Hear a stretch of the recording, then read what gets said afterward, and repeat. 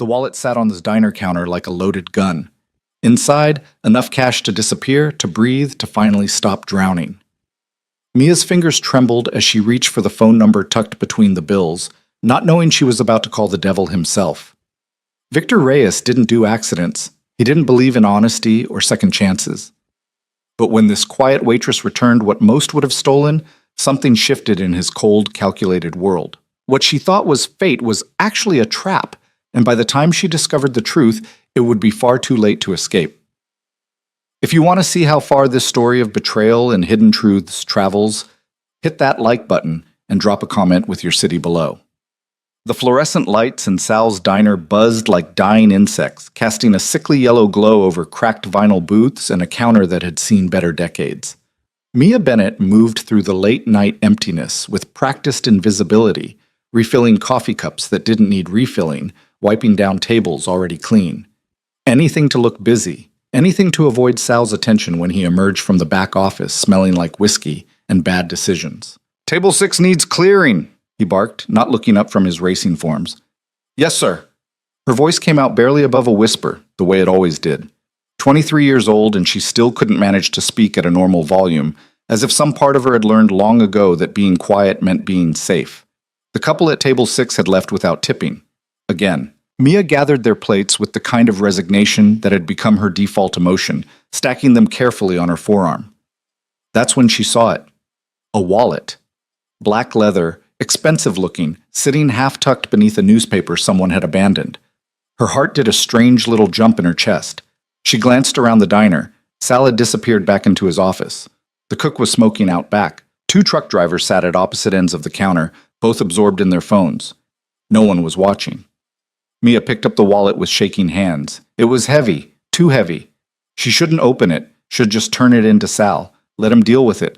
But her fingers moved of their own accord, flipping it open. Her breath caught. Cash. Thick stacks of it, 50s and 100s. More money than she'd seen in her entire life outside of a bank. Her mind did the math automatically, frantically. Rent was 3 months overdue. Her car was making that grinding noise again. She'd been eating ramen for 2 weeks straight because groceries were a luxury she couldn't afford. This money could fix everything. The thought came swift and seductive, wrapping around her chest like a fist. She could take it. Right now. Slip it into her apron, finish her shift, and disappear. Sal paid her under the table anyway. No one would connect her to the missing wallet. She could finally stop living in that apartment where the heat didn't work and her neighbors screamed at each other through paper-thin walls. She could leave this godforsaken town, start over somewhere that didn't smell like grease and defeat. Her fingers tightened on the leather. No, the word came from somewhere deep, somewhere that still remembered who she'd been raised to be before life had worn her down to nothing. Stealing was wrong. She knew that with the same certainty she knew her own name, even if right and wrong seemed like luxuries she couldn't afford anymore. Besides, someone who carried this kind of money probably had the means to track it down. Probably had connections she didn't want to mess with. The thought sent a cold trickle down her spine. She found a business card tucked into one of the slots. No name, just a phone number embossed in silver on black cardstock. Simple. Expensive. The kind of thing that screamed power. Mia pulled out her phone, a cracked iPhone 6 that barely held a charge, and dialed before she could change her mind. It rang once. Twice. Yes. The voice that answered wasn't a question. It was a statement, cold and precise, like a blade sliding from its sheath. Her throat closed up the way it always did when she had to talk to strangers. "I found a wallet at Sal's Diner on Route 40. There's a number inside and What's your name?" The interruption was so sharp it made her flinch. Mia Bennett. "I work here, and someone left. Don't touch anything else in the wallet. I'll be there in 20 minutes. The line went dead. Mia stared at her phone, heart hammering. Something about that voice had raised every instinctive alarm she possessed. It was the kind of voice that didn't ask for things. It took them. The kind of voice that made threats seem like promises. She set the wallet on the counter like it might explode, suddenly desperate to be rid of it. "What's that?" Sal emerged from his office, eyes narrowing with the predatory interest of a man always looking for an angle. "Someone left their wallet. I called the number inside. They're coming to get it." Sal moved closer, reaching for it. "Let me see. They said not to touch it." The words came out sharper than she'd intended, surprising both of them. Mia never contradicted anyone, least of all Sal. His face darkened. You getting mouthy with me, girl? No, I just... She shrank back instinctively. I'm sorry, I just thought... You're not paid to think, you're paid to serve coffee and keep your head down. He grabbed the wallet anyway, flipping it open. His eyes went wide. Jesus Christ, how much is in here? I don't know, I didn't count it. Bullshit. You called them awful quick for someone who didn't look inside. His fingers moved through the bills, greedy and quick. Could be a reward in this. Could be a big reward. Whoever's coming, I'll handle them. You get back to work. Mia's stomach twisted. She knew that look on Sal's face, knew he was already calculating how much he could skim off the top, maybe even claim the finder's fee for himself. It shouldn't matter. She'd done the right thing by calling. What happened next wasn't her problem. But something bitter and tired rose up in her throat. For once, just once, she'd like to see the right thing actually rewarded instead of exploited. I'm the one who called, she said quietly. I'm the one who found it. Sal's head snapped up. What did you say to me? Before she could answer, before she could apologize and backtrack the way she always did, the diner door swung open. The temperature in the room seemed to drop 10 degrees. The man who walked in didn't belong in Sal's diner. He didn't belong anywhere that served coffee for $1 and eggs that came from a carton. He belonged in boardrooms and penthouses, in places where the carpet cost more than Mia made in a year. He was tall, 6'2" at least, with dark hair swept back from a face that looked like it had been carved from marble by someone who understood cruelty. Sharp jaw, sharper cheekbones, and eyes so dark they were almost black. He wore a suit that probably cost more than her car was worth, charcoal gray with a black shirt underneath, no tie. Everything about him screamed money and power and danger. Victor Reyes. She didn't know his name yet, but somehow she knew it would matter. His gaze swept the diner in one cold assessment, taking in Sal, the wallet on the counter, and finally landing on Mia with an intensity that made her want to disappear into the floor. You called. It wasn't a question. Mia's voice had abandoned her completely. She managed a small nod. This your wallet, buddy? Sal had puffed himself up, trying to match the stranger's presence and failing miserably. I'm the owner here. My employee found it, but I'll be handling... Your employee found it. Victor's voice could have cut glass. Your employee called me, which means your employee is the only person I need to speak with. He moved to the counter with the kind of fluid grace that spoke of absolute physical confidence. Every step was measured, controlled, like a predator that never wasted energy on unnecessary movement. Up close, he was even more overwhelming. Mia found herself pressing back against the coffee maker, trying to create distance that didn't exist. What's your name? He was looking directly at her now, and she felt pinned beneath that gaze like a butterfly on a board. Mia. She hated how small her voice sounded, hated the stutter that only appeared when she was terrified. Mia. He repeated it slowly, as if testing how it felt in his mouth. You found my wallet. Yes. It was under the newspaper at table 6. The couple who were sitting there left about 30 minutes ago. I figured someone would want it back, so You didn't take anything. It wasn't a question, but she answered anyway. No, I just looked for a phone number to call. Something flickered in those dark eyes, surprise maybe, or calculation. Most people would have kept the cash. That's not mine to keep. It could have been. He picked up the wallet, checking the contents with quick, efficient movements. No one would have known. Mia's hands twisted in her apron. I would have known. The silence that followed felt heavy with meaning she didn't understand. Victor studied her for a long moment, his expression unreadable. How much do you make here? He asked abruptly. The question threw her. What? Your salary. How much does he pay you? A slight nod toward Sal, who was watching the exchange with growing unease. That's none of your damn business, Sal interjected. Look, you got your wallet back. Everything's square. I wasn't talking to you. Victor didn't even glance in his direction. Mia, how much? She shouldn't answer. It was personal, embarrassing. But something about the way he asked, the absolute certainty that she would answer, made refusal impossible. $7.50 an hour, plus tips. She didn't mention that tips were usually non-existent, and Sal often found reasons to dock her pay. And you work how many hours? As many as I can get, usually 50, 60 a week. She watched him do the math, saw something dark pass over his features. When he pulled out his wallet, the same one she'd returned, and extracted a stack of hundreds, she felt her heart stop. "This is yours." He set the money on the counter between them. Mia stared at it. "I can't. That's too much. I didn't." "You returned something valuable. This is appropriate compensation." "It's not." She couldn't even count how much was there. At least $2,000, maybe more. "This is too much. I just did what anyone should do." "But most wouldn't." He pushed the money closer. "Take it." "I really can't." "Now, wait just a minute." Sal reached for the cash and everything changed. Victor moved so fast Mia barely saw it.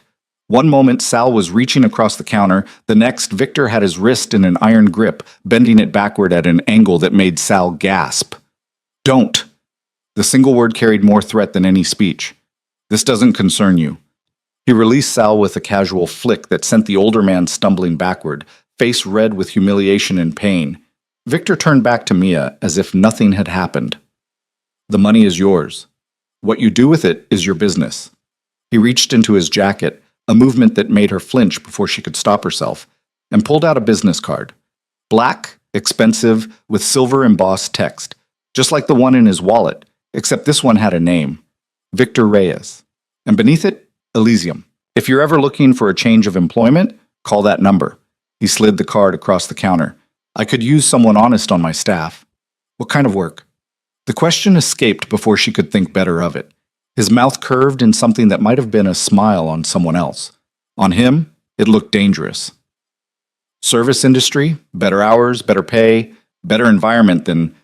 He glanced around the diner with barely concealed disdain.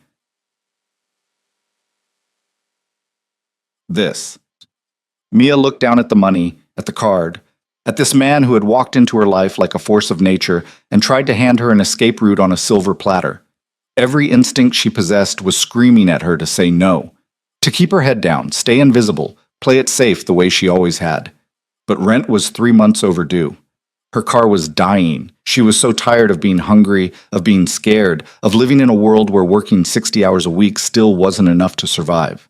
"Thank you," she whispered, taking the money with shaking hands. For this. "Thank yourself, you earned it." He turned to leave, then paused at the door. "The offer stands. Call me when you're ready."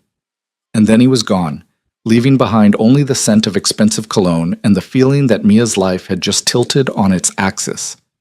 "Give me that money," Sal demanded the moment the door swung shut. "That's finder's fee for the diner. You were on my clock when you found it." Mia looked at him, really looked at him, for the first time in 2 years. Saw the mean little bully who'd been taking advantage of desperate people for decades.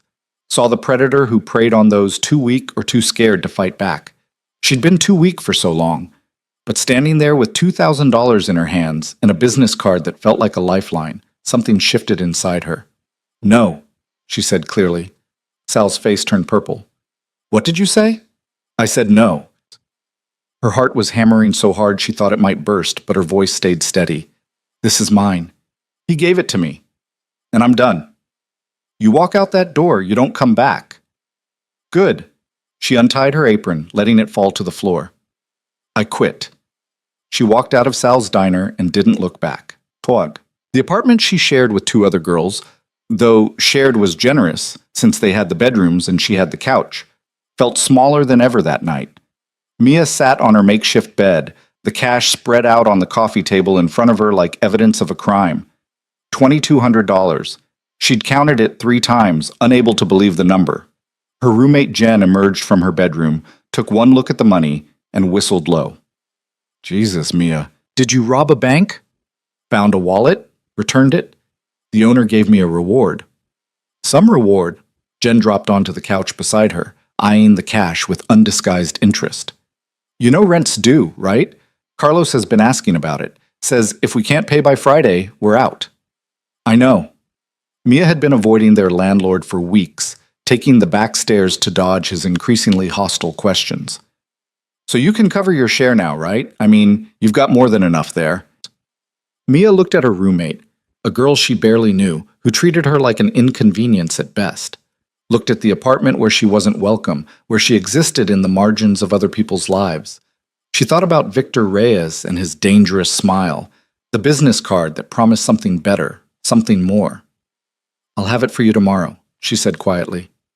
After Jen went back to her room, Mia picked up the black card, turning it over in her fingers. Elysium. She knew the name. Everyone in the city did. It was the most exclusive nightclub in the downtown district, the kind of place where celebrities and millionaires went to be seen, the kind of place where girls like Mia didn't belong. But Victor had offered her a job. Better hours, better pay, better environment. The question was whether she was brave enough to take it. She thought about Sal's diner, about serving coffee to people who looked through her like she was furniture, about counting pennies and eating ramen and wearing shoes with holes in them because new ones were a luxury she couldn't afford, about being invisible. Before she could talk herself out of it, she dialed the number on the card. It rang twice before a woman answered, her voice crisp and professional. "Elysium, how may I help you?" My name is Mia Bennett.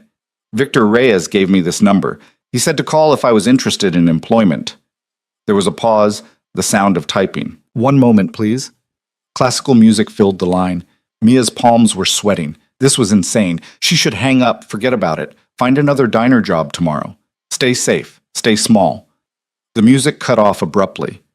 "Mia," Victor's voice, as cold and precise as it had been in person. "Mr. Reyes, I wanted to ask about the job you mentioned, if it's still available."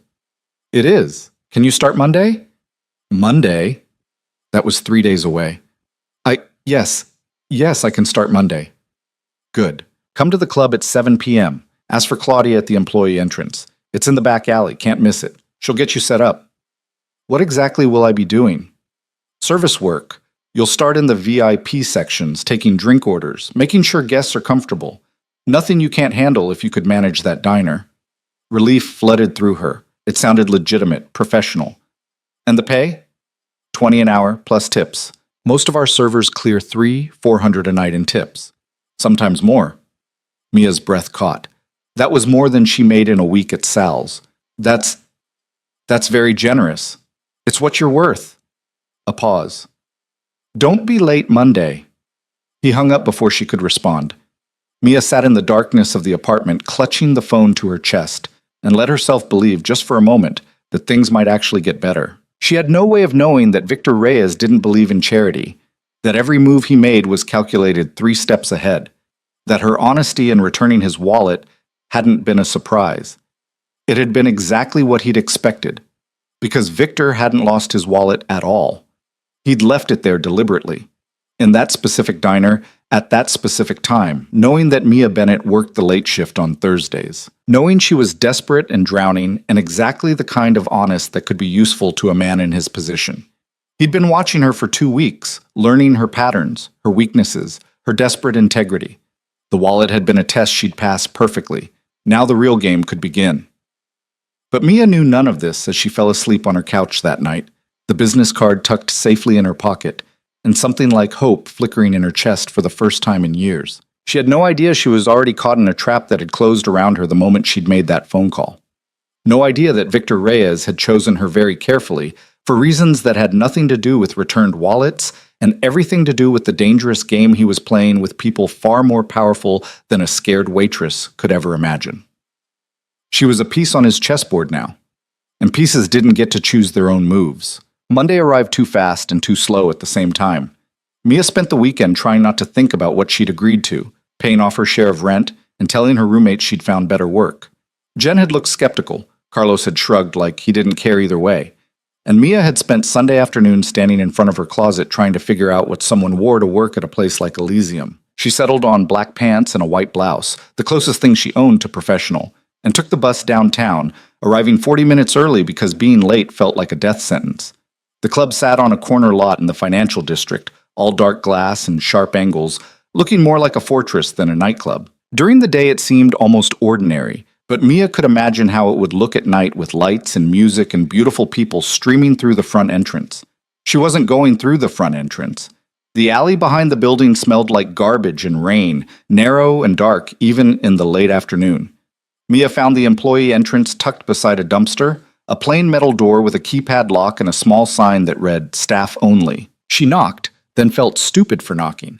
then knocked again harder. The door swung open to reveal a woman in her 40s with steel gray hair pulled into a tight bun and eyes that could cut through concrete. She looked Mia up and down in one swift assessment that somehow took in every flaw, every cheap seam, every sign that Mia didn't belong here. Mia Bennett? Yes, ma'am. I'm Claudia, head of staff. She stepped back to let Mia inside. You're early. That's good. I hate people who can't tell time. The back hallway was surprisingly plain. Concrete floors, fluorescent lights, the kind of utilitarian space that existed behind every glamorous facade. Claudia led her through a maze of corridors, past storage rooms and offices, moving with the brisk efficiency of someone who'd walked these halls 1,000 times. You've worked service before, so I'm not going to waste time on basics, Claudia said without looking back. Our clientele is high-end. Politicians, executives, celebrities, they pay premium prices and expect premium service. You smile, you're polite, you bring them what they want, and you don't ask questions. Ever. Understood? Yes, ma'am. Don't call me ma'am. Claudia is fine. She stopped at a door marked Women's Staff. Locker room. You'll get a uniform. Black dress. Simple. Professional. No jewelry except small earrings. Hair up or back. Minimal makeup. We're not a brothel. We're a club. You represent elegance and discretion. Mia nodded, throat tight. There are rules here. Claudia's voice dropped lower, more serious. You don't drink on the job. You don't flirt with clients. You don't give out your phone number or social media or agree to meet anyone outside the club. You see something you shouldn't see, you forget it immediately. Someone asks you questions about other guests or about Mr. Reyes. You know nothing. Are we clear? Crystal clear. Good. Claudia pushed open the door. Inside, 3 other women were changing into their uniforms, laughing about something Mia didn't catch. They all looked young, beautiful in that effortless way that came from good genetics and better skincare. Mia felt about as elegant as a potato. One of them, a redhead with legs that went on forever, looked up and smiled. New girl? This is Mia, Claudia said. She's starting tonight. Sierra, show her the ropes. Sierra's smile widened, friendly and genuine. Sure thing. Hey, I'm Sierra. That's Jade. She pointed to an Asian woman applying lipstick with surgical precision. And that's Nicole. A blonde with a pixie cut waved from across the room. Your locker is number 47, Claudia said, handing Mia a key. Uniform should be inside. If it doesn't fit, tell me now so I can get you another. We open in 90 minutes. Sierra will train you on the floor before guests arrive. She paused at the door. And Mia? Don't make me regret hiring you. The door closed with a soft click that somehow felt like a warning. Don't mind Claudia, Sierra said, already pulling out a black dress from one of the lockers. She's tough but fair. Acts like a drill sergeant, but she'll go to bat for us if anyone crosses a line.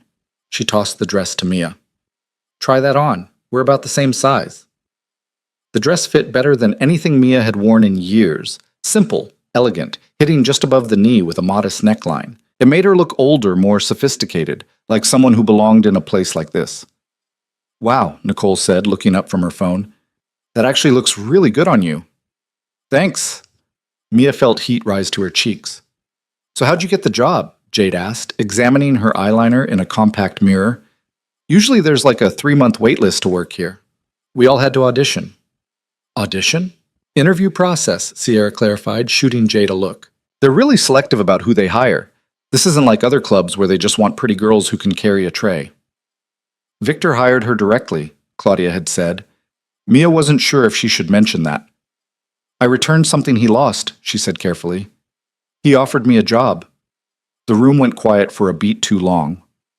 You met Victor Reyes? Sierra's voice had changed slightly, something cautious creeping in. Just briefly, he seemed professional. Nicole laughed, but it sounded strained.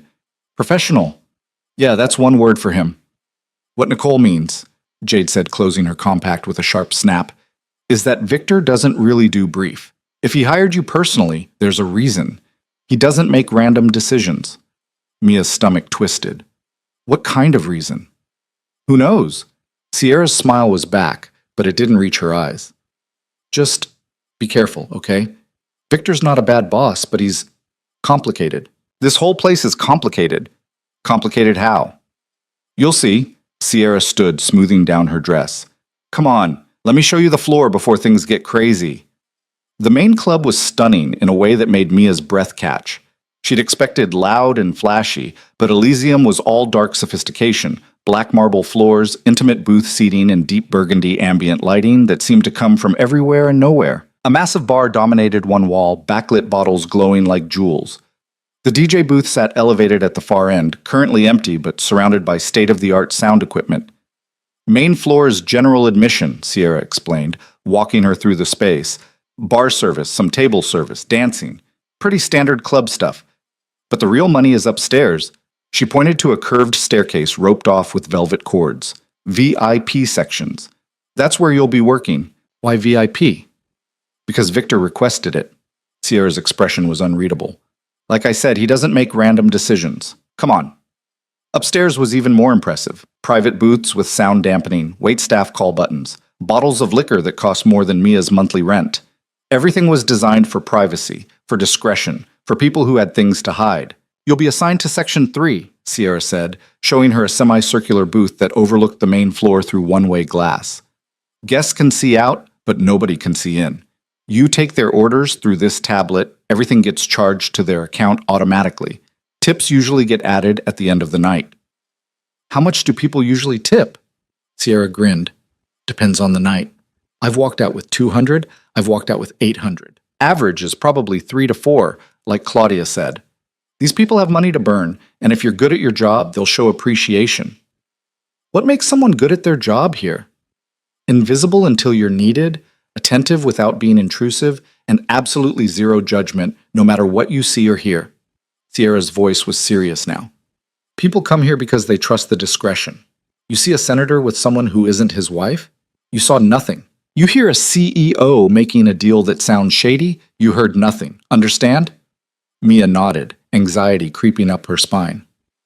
What kind of people come here? Rich ones, powerful ones, dangerous ones. Sierra touched her arm gently.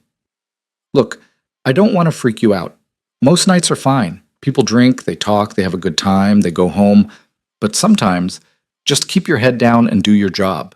Don't get involved in anything that doesn't concern you. Before Mia could ask what that meant, music started pumping through the sound system, just testing levels, but loud enough to make conversation difficult. Sierra led her back downstairs where other staff were arriving, the club coming to life around them. Claudia gathered everyone for a brief meeting, going over the night's VIP reservations and special requests. Mia's section had been reserved by someone named Marcus Chen, a regular who apparently spent money like water and expected perfection. Don't screw this up, Claudia said, looking directly at Mia. Chen's tab last month was $40,000. He's the kind of client we keep happy. $40,000. In 1 month. At a nightclub. Mia felt sick. The doors opened at 10. By 10:30, the main floor was packed with beautiful people in expensive clothes, dancing and drinking and laughing with the kind of careless abandon that came from having money to waste. Mia watched from her post upstairs, tablet in hand, waiting for her section's guests to arrive. They came at 11. 3 men in suits that probably cost more than her car, accompanied by 4 women who looked like they'd stepped off a runway. Marcus Chen was easy to identify, commanding the group with casual authority, his voice carrying even over the music. Mia approached their booth with her best professional smile plastered on. Good evening, my name is Mia. I'll be taking care of you tonight. Can I start you off with drinks? Chen barely glanced at her. Bottles of Cristal and Clase Azul. Keep them coming. Right away, sir. She put in the order, trying not to think about the fact that she'd just rung up over $4,000 in alcohol and retreated to the service station to wait for the bottles. Another server, a guy named Marcus, who'd been working there for 2 years, showed her how to present the bottles properly, how to pour with flourish, how to make the service itself part of the performance. They're not just paying for booze, he explained. They're paying for the experience. Make them feel like royalty.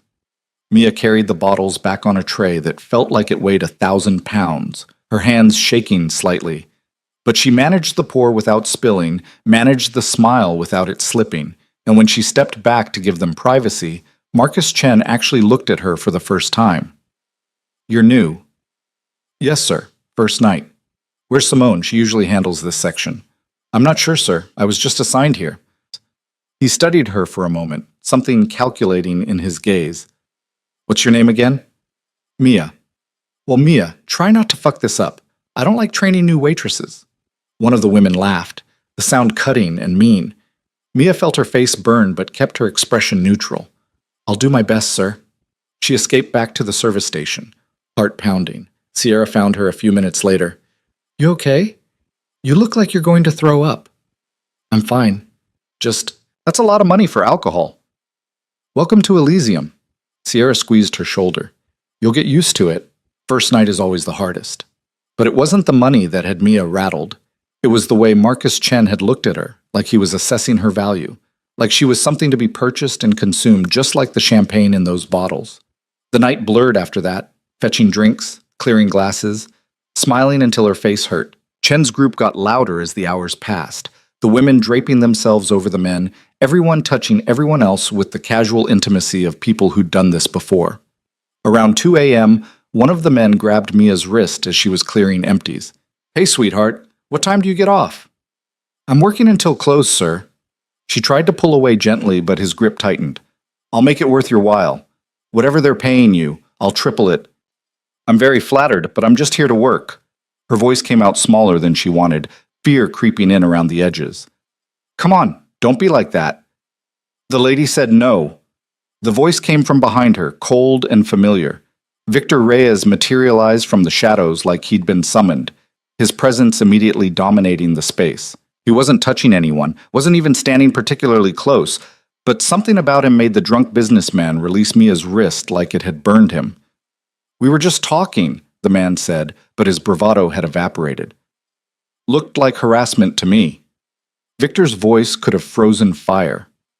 You're done for the night. Leave. Now wait a minute. I've spent a fortune here.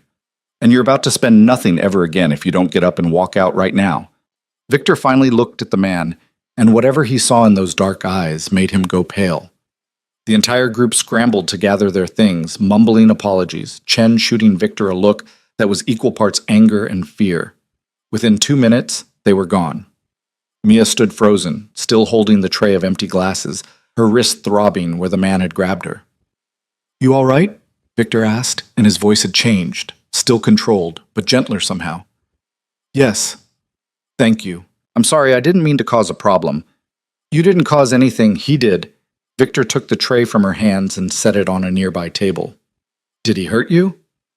No, I'm fine. Really. He took her wrist anyway, examining the red marks with a frown. His touch was surprisingly gentle, clinical, like he was cataloging an injury rather than offering comfort. Claudia should have warned you about the grabby ones, he said, releasing her. Most of our clients are fine, but there's always a few who think their money buys them whatever they want. It's okay, I've dealt with worse at the diner. Something flickered across his face. That doesn't make it acceptable here. If anyone touches you again, you find me or you find Claudia immediately. Understood? Yes, sir. Victor. Just Victor. He straightened his jacket, that dangerous composure sliding back into place. Go take a break. Get some water. You've been up here for 4 hours straight. My section is empty now. Go. It wasn't a suggestion. Mia nodded and headed for the stairs, feeling his eyes on her back the whole way down. The staff break room was blessedly quiet after the chaos upstairs. Mia sank into a folding chair and put her head in her hands, trying to steady her breathing. Her wrists still hurt, her feet were killing her, and she felt like she'd been thrown into a world where she didn't speak the language. First night's a bitch, huh? Nicole appeared with 2 bottles of water, handing one to Mia. Heard about Chen's group. Those guys are assholes. Do things like that happen a lot? Often enough, but Victor doesn't usually step in personally. Nicole sat down across from her, curiosity bright in her eyes. He must really like you. He barely knows me. Yeah, well, Victor doesn't help people he doesn't have a use for, trust me on that. She took a sip of water. Word of advice? Whatever he wants from you, be careful before you give it to him. I don't understand. Nicole opened her mouth, then closed it, shaking her head. Just be careful. That's all. Before Mia could press for more, Claudia's voice came over the intercom. All staff, we need everyone on the floor. VIP, arrival in 5.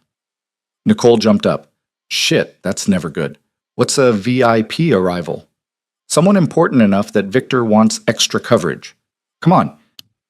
They hurried back upstairs where the entire staff had assembled, everyone looking nervous. Claudia was barking orders, making sure every section was perfect, every bottle stocked, every surface gleaming. Victor stood near the VIP entrance, watching the preparations with that unreadable expression.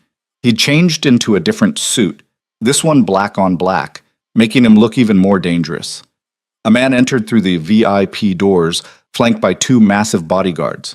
He was older than Victor, maybe 50, with silver hair and a face that looked like it had forgotten how to smile decades ago. Everything about him screamed power and money and violence barely contained. Dmitri. Victor's voice was perfectly neutral as he extended his hand. Welcome back. The man, Dmitri, ignored the offered handshake.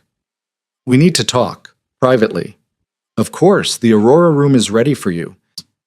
They disappeared into a private room that Mia hadn't even known existed, the bodyguards taking up positions outside the door like sentries. The entire staff released a collective breath. Who was that? Mia whispered to Sierra. Dmitri Volkov, Russian, very connected, very dangerous. Sierra's face was pale. When he shows up, bad things usually follow. What kind of bad things? Before Sierra could answer, the Aurora room door opened and Victor emerged alone, his expression darker than Mia had ever seen it. He scanned the assembled staff and his eyes landed on her. Mia, with me. Her heart stopped. Me? Now. Every eye in the room was on her as she crossed to where Victor stood. He led her down a hallway she'd never been in, away from the noise and lights, to an office that was all dark wood and leather furniture. Sit, he said, closing the door. Mia sat, hands clasped in her lap to hide their shaking. Did I do something wrong? No.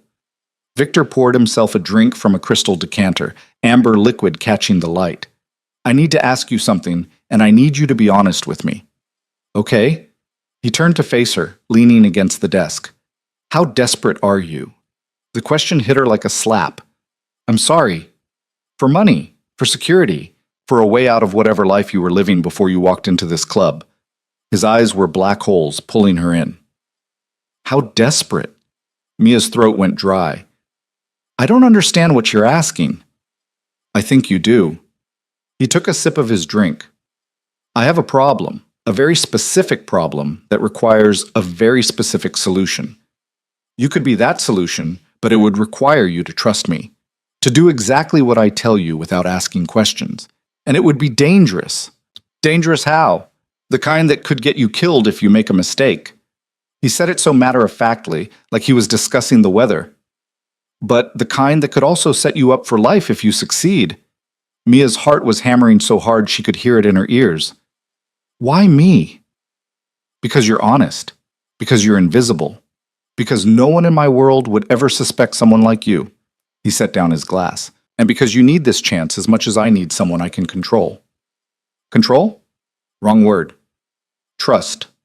Someone I can trust who has no connections to this world, no agenda beyond survival.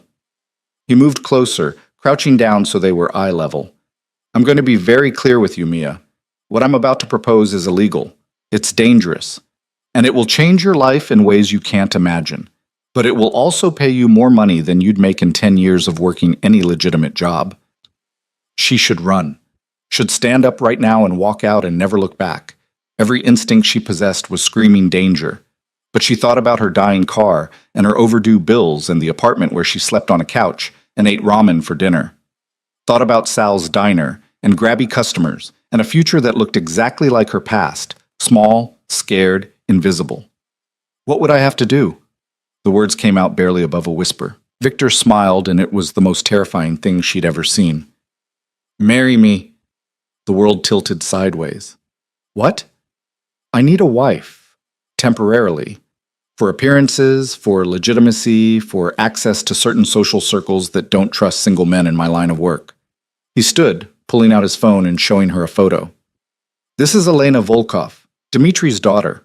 We've been negotiating a business arrangement, but her father doesn't trust me. Thinks I'm too ruthless, too unstable. He wants to see that I can commit to something, build something legitimate. So you want a fake wife? I want a real wife, legally married, living in my house, attending events at my side. The arrangement would last 1 year. In that year, you play the role perfectly. Devoted, respectable, the kind of woman who could reform a man like me. At the end, we divorce quietly, you walk away with $2 million, and we never see each other again. $2 million. The number was so absurd, Mia almost laughed. You're insane. Probably. He pocketed his phone. But I'm also serious. I need this deal with Volkov to go through, and I need a wife to make it happen. You need money and security. It's a transaction. Clean, simple, mutually beneficial. There's nothing clean or simple about this. No, he agreed. But it's the offer on the table. You have until tomorrow night to decide. And if I say no, then you keep your job here, work your shifts, make your tips, and we forget this conversation ever happened. He walked to the door, opening it. Go home, Mia. Think about it. Really think about what your life looks like in 5 years if nothing changes. She stood on shaking legs and walked past him, catching the scent of his cologne. Expensive, understated, dangerous. Mia. His voice stopped her in the doorway. Whatever you decide, what I said earlier still stands. No one touches you without consequences. You're under my protection now, whether you take the deal or not. She didn't trust herself to speak, just nodded and fled. The bus ride home felt like a fever dream. Mia sat in the back, staring out at the city lights, Victor's proposal echoing in her head like a song she couldn't stop humming. Marry him. For $2 million. For 1 year. It was insane. It was dangerous. It was probably illegal in ways she didn't even understand. But it was also the only way out she could see. She made it back to the apartment at 4 a.m., her feet screaming and her head spinning. Jen and Carlos were both asleep.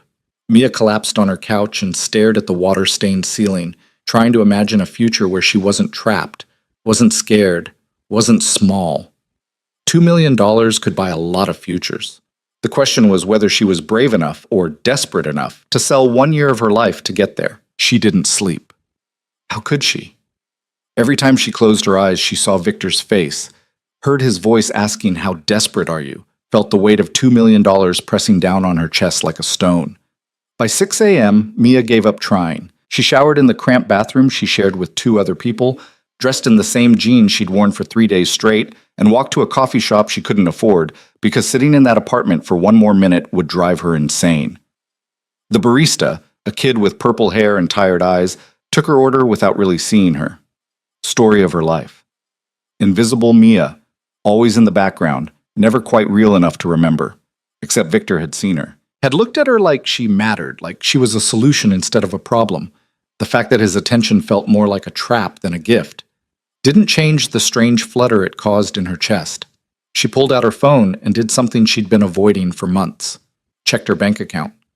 The number staring back at her was pathetic, even with Victor's reward money factored in.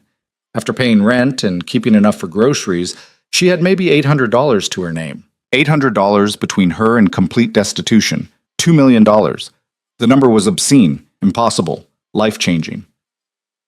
You look like someone who's got a decision to make.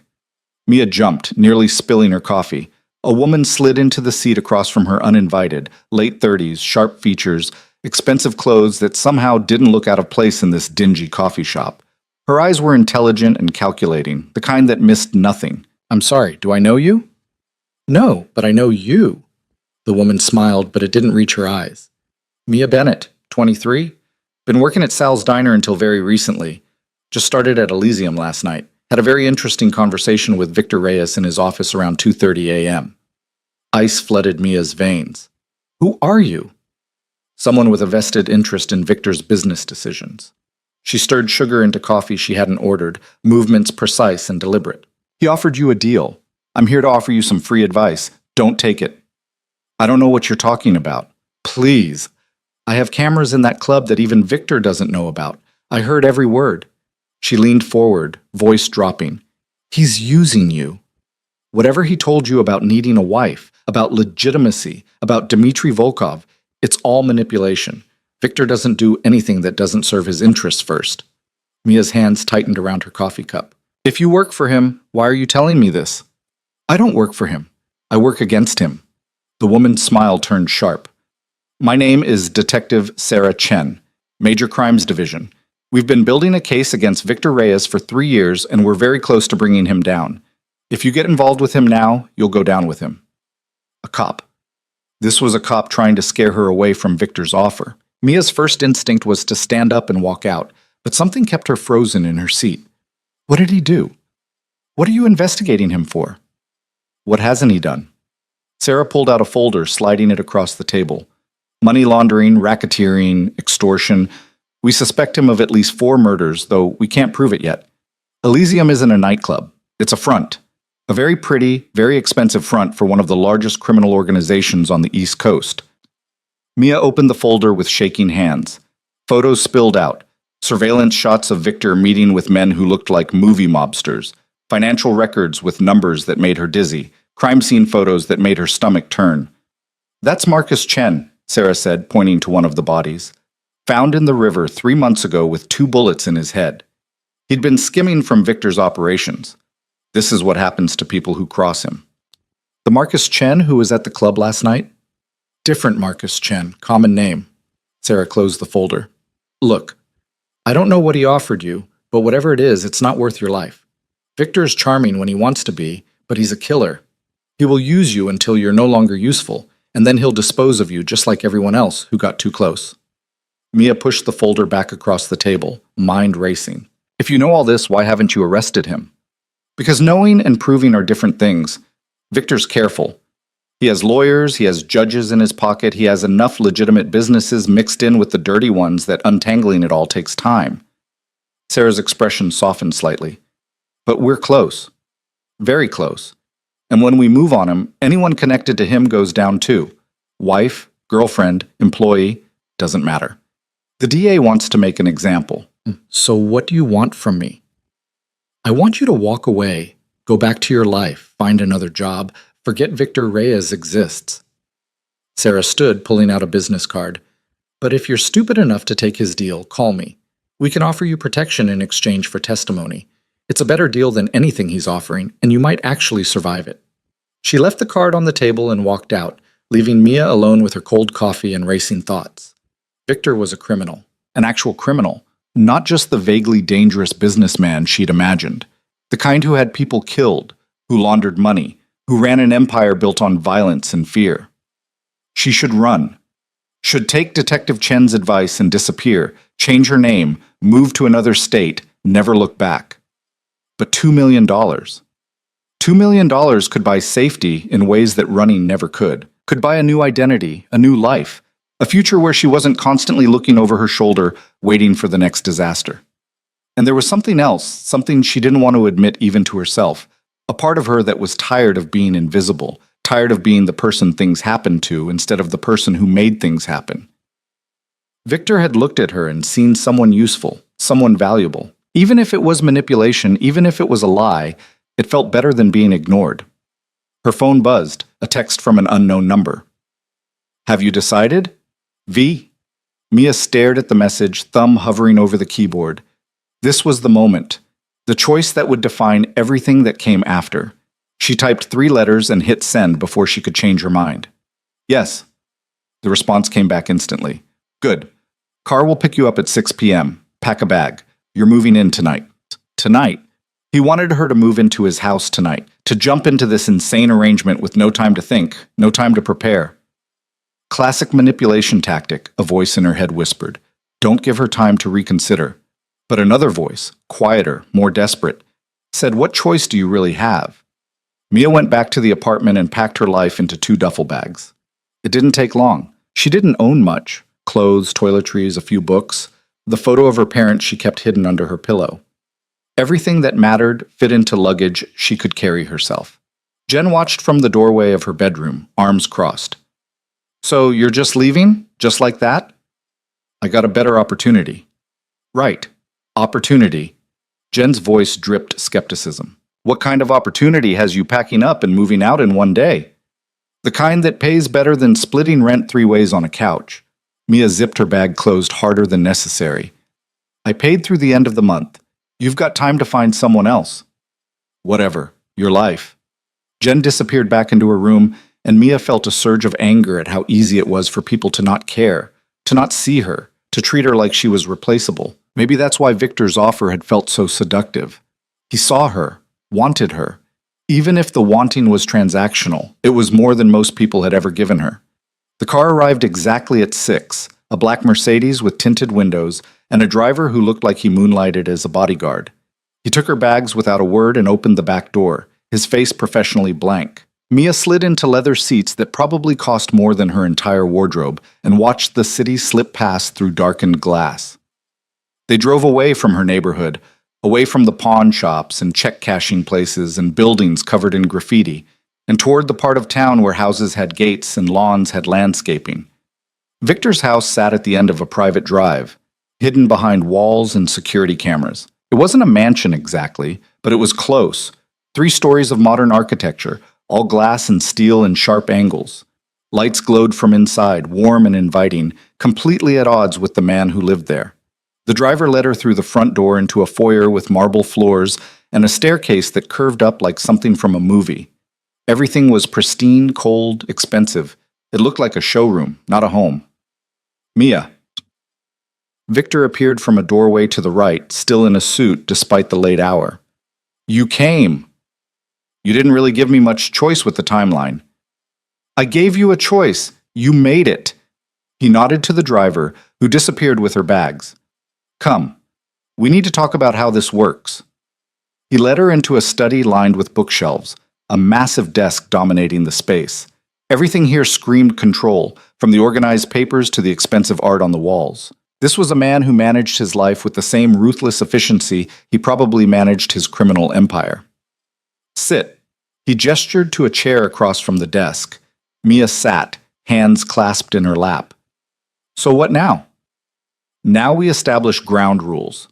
Victor pulled out a folder, not unlike the one Detective Chen had shown her that morning, and slid it across the desk. This is a contract. It outlines the terms of our arrangement, including payment schedule, behavioral expectations, and dissolution terms. She opened it, scanning the dense legal language. You had this drawn up already? Before I even said yes? I had it drawn up the night I met you in the diner. He said it so casually, like pre-planning her entire life was perfectly normal. I told you, I don't make random decisions. Right, because I'm honest and invisible and desperate. The bitterness in her voice surprised her. Something flickered in his eyes. You're also smart enough to recognize opportunity when you see it. That's not desperation. That's survival instinct. A cop came to see me this morning. The words were out before she could stop them. Detective Sarah Chen. She showed me photos of dead bodies and told me you're a murderer. Victor didn't even blink. And yet you're here. She said when they arrest you, anyone connected to you goes down too. They won't arrest me. He said it with absolute certainty. Sarah Chen has been trying to build a case for years. She has nothing but circumstantial evidence and conspiracy theories. If she had anything real, I'd already be in prison. So you're saying you're not a criminal? I'm saying I'm very good at my job, and my job requires operating in gray areas that people like Detective Chen don't understand. He leaned back in his chair, studying her. Does it scare you? What she told you? Yes. Good. Fear means you're paying attention. He pulled out a pen, setting it on top of the contract. Here's what you need to understand, Mia. I'm offering you $2 million and a year of safety. In exchange, you play a role. You smile at the right people, attend the right events, and keep your mouth shut about anything you see or hear in this house. At the end of 12 months, we divorce, you take your money, and you disappear into whatever life you want to build. And if I screw up? If I can't play the role well enough? Then we terminate the contract early and you get a prorated payment based on months served. He pushed the contract closer. But I don't think you'll screw up. I think you're a lot stronger than you give yourself credit for. Mia picked up the pen, fingers trembling. When do we get married? Friday. Small ceremony, just a judge and 2 witnesses. Then Saturday night, we're attending a gala where Dmitry Volkov and his daughter will be present. That's when you meet the people this whole arrangement is designed to impress. 3 days. She had 3 days before her entire life changed. What if I can't do this? What if I'm not good enough at pretending? Victor stood, moving around the desk until he was close enough that she could smell his cologne. He crouched down, the same way he had in his office, bringing them eye to eye. You've been pretending your whole life, Mia. pretending to be smaller than you are, quieter than you are, less than you are. This is just a different role. His voice was quiet, almost gentle. I'm not asking you to be someone else. I'm asking you to be the version of yourself you'd be if you weren't scared all the time. Something in his words hit too close to home. Mia looked away, blinking back tears she didn't want him to see. Sign the contract, he said, standing. Get some sleep. Tomorrow we start preparing you for the role. She signed without reading the rest of it, each stroke of the pen feeling like she was signing away more than just a year of her life. When she finished, Victor took the contract and filed it in his desk with the same clinical efficiency he did everything else. Your room is upstairs, second door on the left. There's clothes in the closet. I had my assistant order basics in your size. If you need anything, there's a phone by the bed that connects to the house line. He moved toward the door, then paused. And Mia? The security here is significant. Cameras, guards, alarms. Don't try to leave the property without telling me first. Am I a prisoner? You're a very valuable asset. I protect my assets. He said it like it was the most reasonable thing in the world. Good night. He left her alone in the study with her racing heart and the ghost of her signature on a contract she barely understood. The room upstairs was bigger than her entire apartment had been. King-sized bed with sheets that probably had a thread count higher than her SAT scores, an ensuite bathroom with a tub that could fit 3 people, a walk-in closet filled with clothes that still had tags on them. Everything was elegant, expensive, impersonal. Mia sat on the edge of the bed and finally let herself cry. Not from fear or regret, but from the overwhelming strangeness of it all. 12 hours ago, she'd been sleeping on a lumpy couch in an apartment that smelled like mildew. Now she was in a mansion, preparing to marry a man who might be a criminal, all for money she couldn't quite believe was real. She fell asleep in her clothes, too exhausted to even change, and dreamed of surveillance photos and wedding rings and Victor's dark eyes watching her like she was a puzzle he was determined to solve. Morning came too early. Someone knocked on her door at 7 a.m., a woman in her 50s with kind eyes and an efficient manner who introduced herself as Margaret, the housekeeper. Mr. Reyes asked me to wake you. Breakfast is in 30 minutes, and you have a full day of appointments. Appointments? Hair, makeup, wardrobe consultation? Mr. Reyes wants you ready for the gala. Margaret smiled. Don't worry, dear. We'll have you looking like you belong in his world in no time. The next 3 days blurred together in a whirlwind of preparation that felt more like boot camp than wedding planning. Mia was poked and prodded and measured, her hair cut and colored, her eyebrows shaped, her skin subjected to treatments she didn't understand. A stylist named Andre spent 6 hours teaching her how to walk in heels, how to stand with confidence, how to enter a room like she owned it. You slouch, he said, tapping her shoulder blade with one manicured finger. Stop apologizing with your body. These people smell weakness like sharks smell blood. A woman named Catherine drilled her on social etiquette, which fork to use, how to make small talk, how to deflect personal questions with grace. Never give them real information, she instructed. You're mysterious, not secretive. There's a difference. Victor appeared periodically throughout the preparations, observing with that calculating gaze, occasionally making adjustments. The red dress? Not the blue. She needs color. Her posture is better, but her eye contact is still weak. Work on that. He spoke about her like she was a project, which she supposed she was. On Thursday night, he summoned her to his study. Tomorrow we get married. Tonight, we talk about the real reason for this arrangement. Mia sat across from him, wearing one of the new outfits Andre had picked out, a simple black dress that somehow made her look elegant instead of invisible. I thought the reason was Dmitry Volkov wanting to see you settled. That's part of it. But there's more you need to understand. He pulled out a file spreading photos across the desk. Dmitry Volkov, his daughter Elena, various other serious-looking men in expensive suits. Dmitry controls shipping routes that I need access to. He's old-school, traditional, doesn't trust unmarried men because he thinks they have nothing to lose. But there's another player in this game. He added another photo. A man in his 40s with cold blue eyes and a smile that made Mia's skin crawl. Adrian Kane. He wants the same shipping routes, the same business relationships. He's been courting Elena Volkov for months, trying to secure an alliance through marriage. Victor's voice was flat, emotionless. If he succeeds, I lose access to resources I need. Resources worth hundreds of millions of dollars. So this is about business, just business. Everything is about business. He gathered the photos, filing them away. But Kane is also dangerous in ways that go beyond money.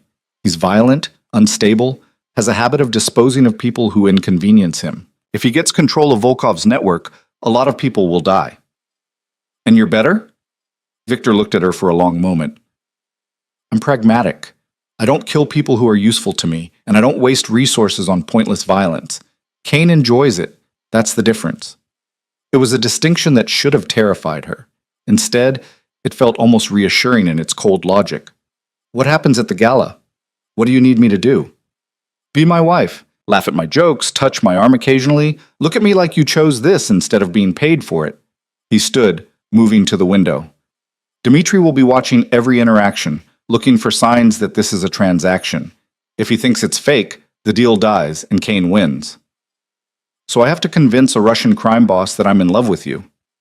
Essentially, he turned back to her, expression unreadable. Can you do that?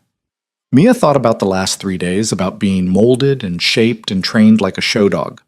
Thought about the contract she'd signed and the money waiting for her at the end of this year. I can do whatever you need me to do. Something that might have been approval crossed his features. Good. Get some sleep. Tomorrow changes everything. The ceremony the next day was brutally efficient. A judge, 2 witnesses pulled from Victor's staff, and 10 minutes of legal phrases that bound Mia Bennett to Victor Reyes in a marriage that was real on paper and fake in every way that mattered. She wore a cream-colored dress that Andre had insisted made her look bridal without being obvious.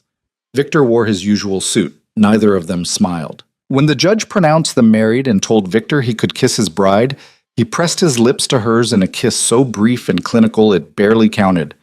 But his hand was warm when he took hers, solid and real. And when he slid the wedding ring onto her finger, a platinum band with a diamond so large it felt obscene, Mia felt the weight of it like a chain.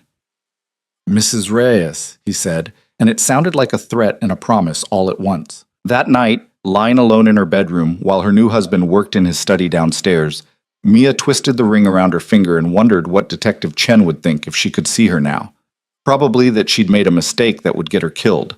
Maybe she was right, but the ring was real. The money would be real, and for the first time in her life, Mia Reyes, wasn't invisible. Even if the visibility came with a price she didn't fully understand yet, it felt better than fading into nothing. Tomorrow night, she'd meet Dmitri Volkov and his daughter.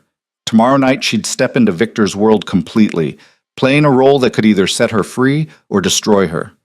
She fell asleep with her hand on the pillow beside her, the diamond catching moonlight, and dreamed of nothing at all. The dress arrived at noon in a box so large it required 2 people to carry it upstairs.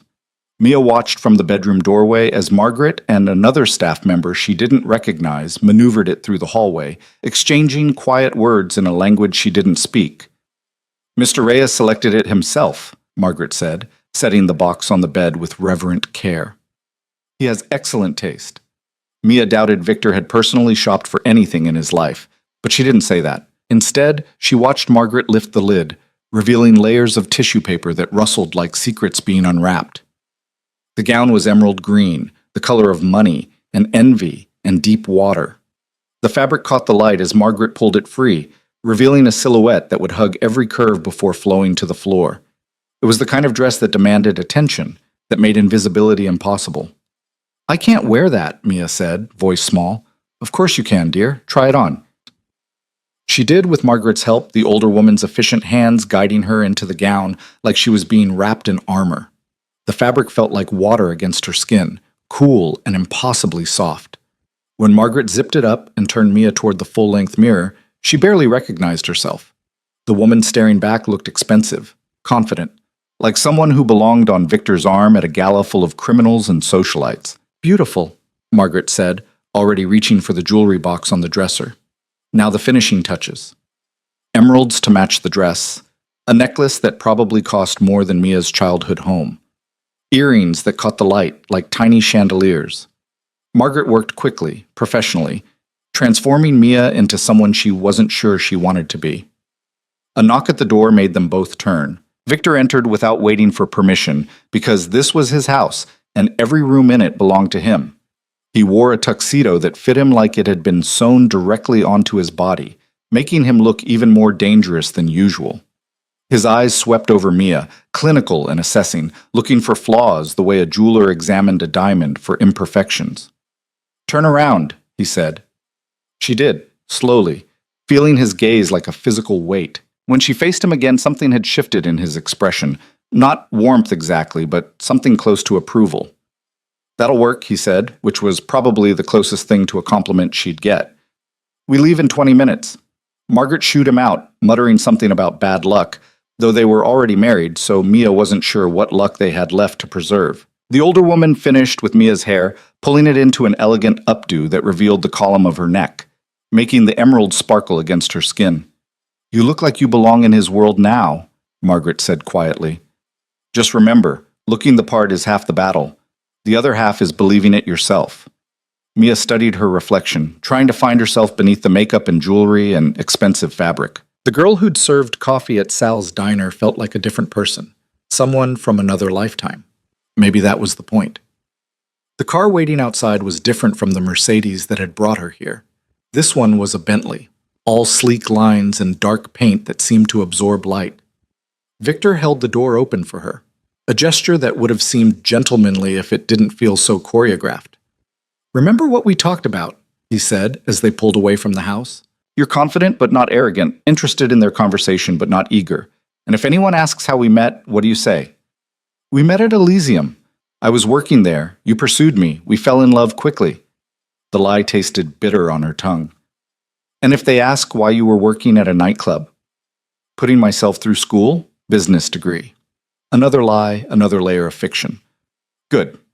He adjusted his cufflinks, a nervous gesture that surprised her because she didn't think Victor got nervous. "Dimitri will test you. He'll ask questions designed to trip you up, look for inconsistencies. Stay calm. If you don't know an answer, deflect with charm. Can you do that?" "I guess we'll find out." He looked at her sharply. "This isn't a game, Mia. These people are dangerous. If they think you're lying, if they suspect this marriage is a transaction, they'll kill both of us just to send a message." The casual way he said it, "they'll kill both of us," made her stomach drop. "You could have mentioned that before I signed the contract." Would it have changed your answer? She wanted to say yes, wanted to believe she had that much self-preservation.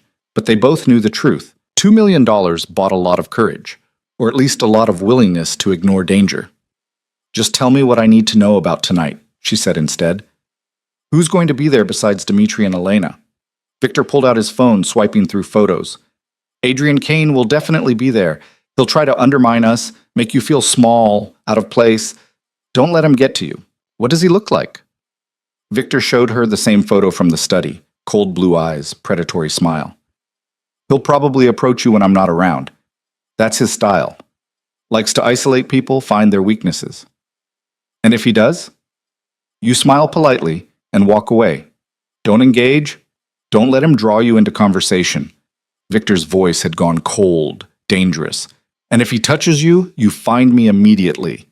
The protective edge in his tone surprised her. This was supposed to be a business arrangement, nothing personal, but the way he said it suggested something else. Maybe he just didn't like other people touching his property. The gala was being held at the Ashford Estate, a sprawling mansion on the outskirts of the city that looked like it had been transported from European aristocracy. Cars lined the circular drive, each more expensive than the last. Women in gowns glittered like jewels as they ascended the steps on the arms of men in tuxedos, everyone playing their role in this theater of wealth and power.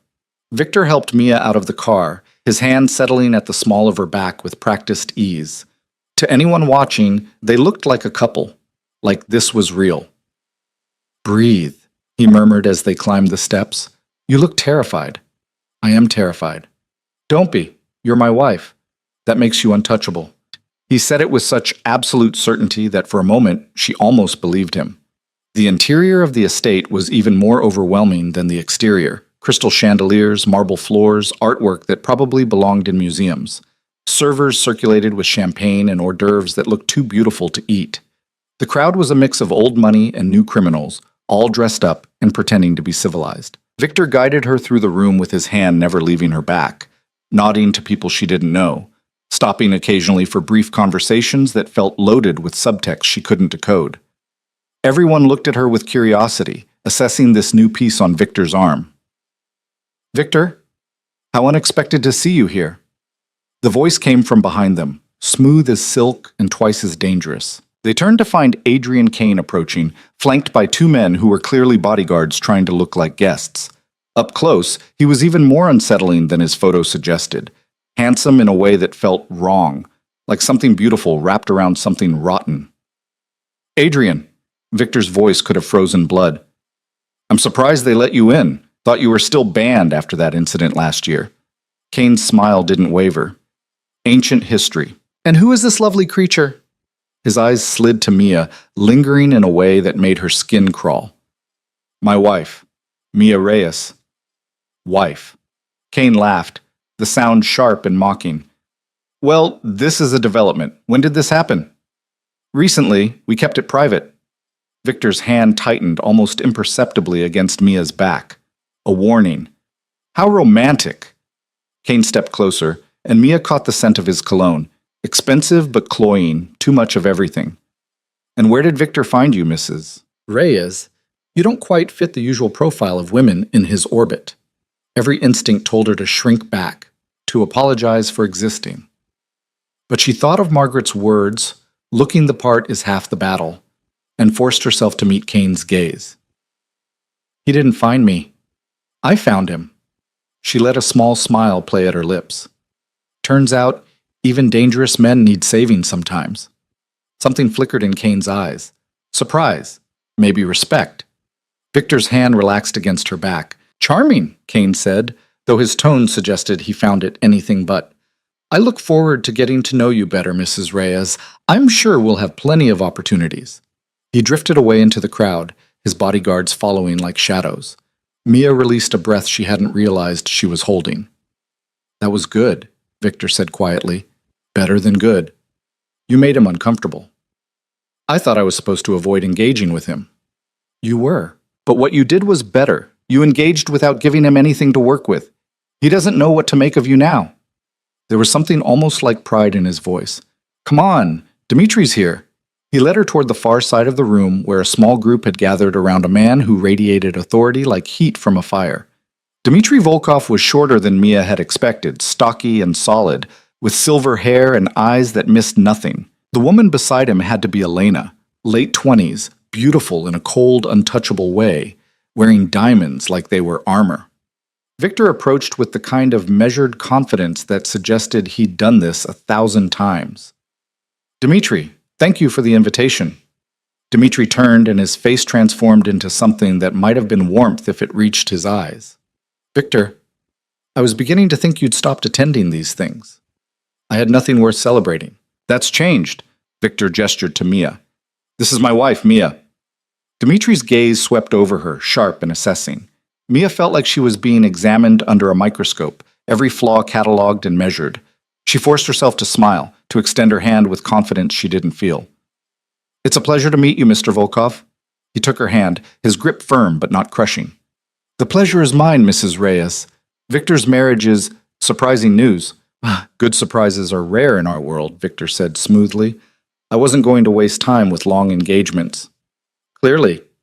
Dmitri released Mia's hand, turning to his daughter. "Elena, this is Victor Reyes and his new wife." Elena's smile was polite and empty. "How lovely. Congratulations on your marriage." Her accent was barely there, just a hint of something European beneath perfect English. "You must tell me how you managed to capture Victor's attention. He's usually so focused on business." It was a test, delicately delivered. Mia could feel Victor's tension beside her, could sense that her answer mattered more than she understood. "I think it was mutual," she said carefully. "Sometimes you meet someone and everything else just becomes noise." "How poetic." Elena's expression didn't change. "And what did you do before you became Mrs. Reyes?" "I was finishing my business degree, working to pay for school." "Working where?" The question was sharp, pointed. Elena knew something or suspected something. Mia felt panic rising but kept her voice steady. "Various places. Retail, service industry, whatever paid the bills." "How admirably pragmatic." Dimitri's voice carried a note of approval. Elena could learn something from that attitude. She's never worked a day in her life. Father. Elena's composure cracked slightly. It's true. You were born into privilege, as was I. But people who've had to fight for survival understand the value of things. He looked at Mia with new interest. You seem like someone who understands value, Mrs. Reyes. I understand that nothing comes free, Mia said, and meant it more than anything she'd said all night.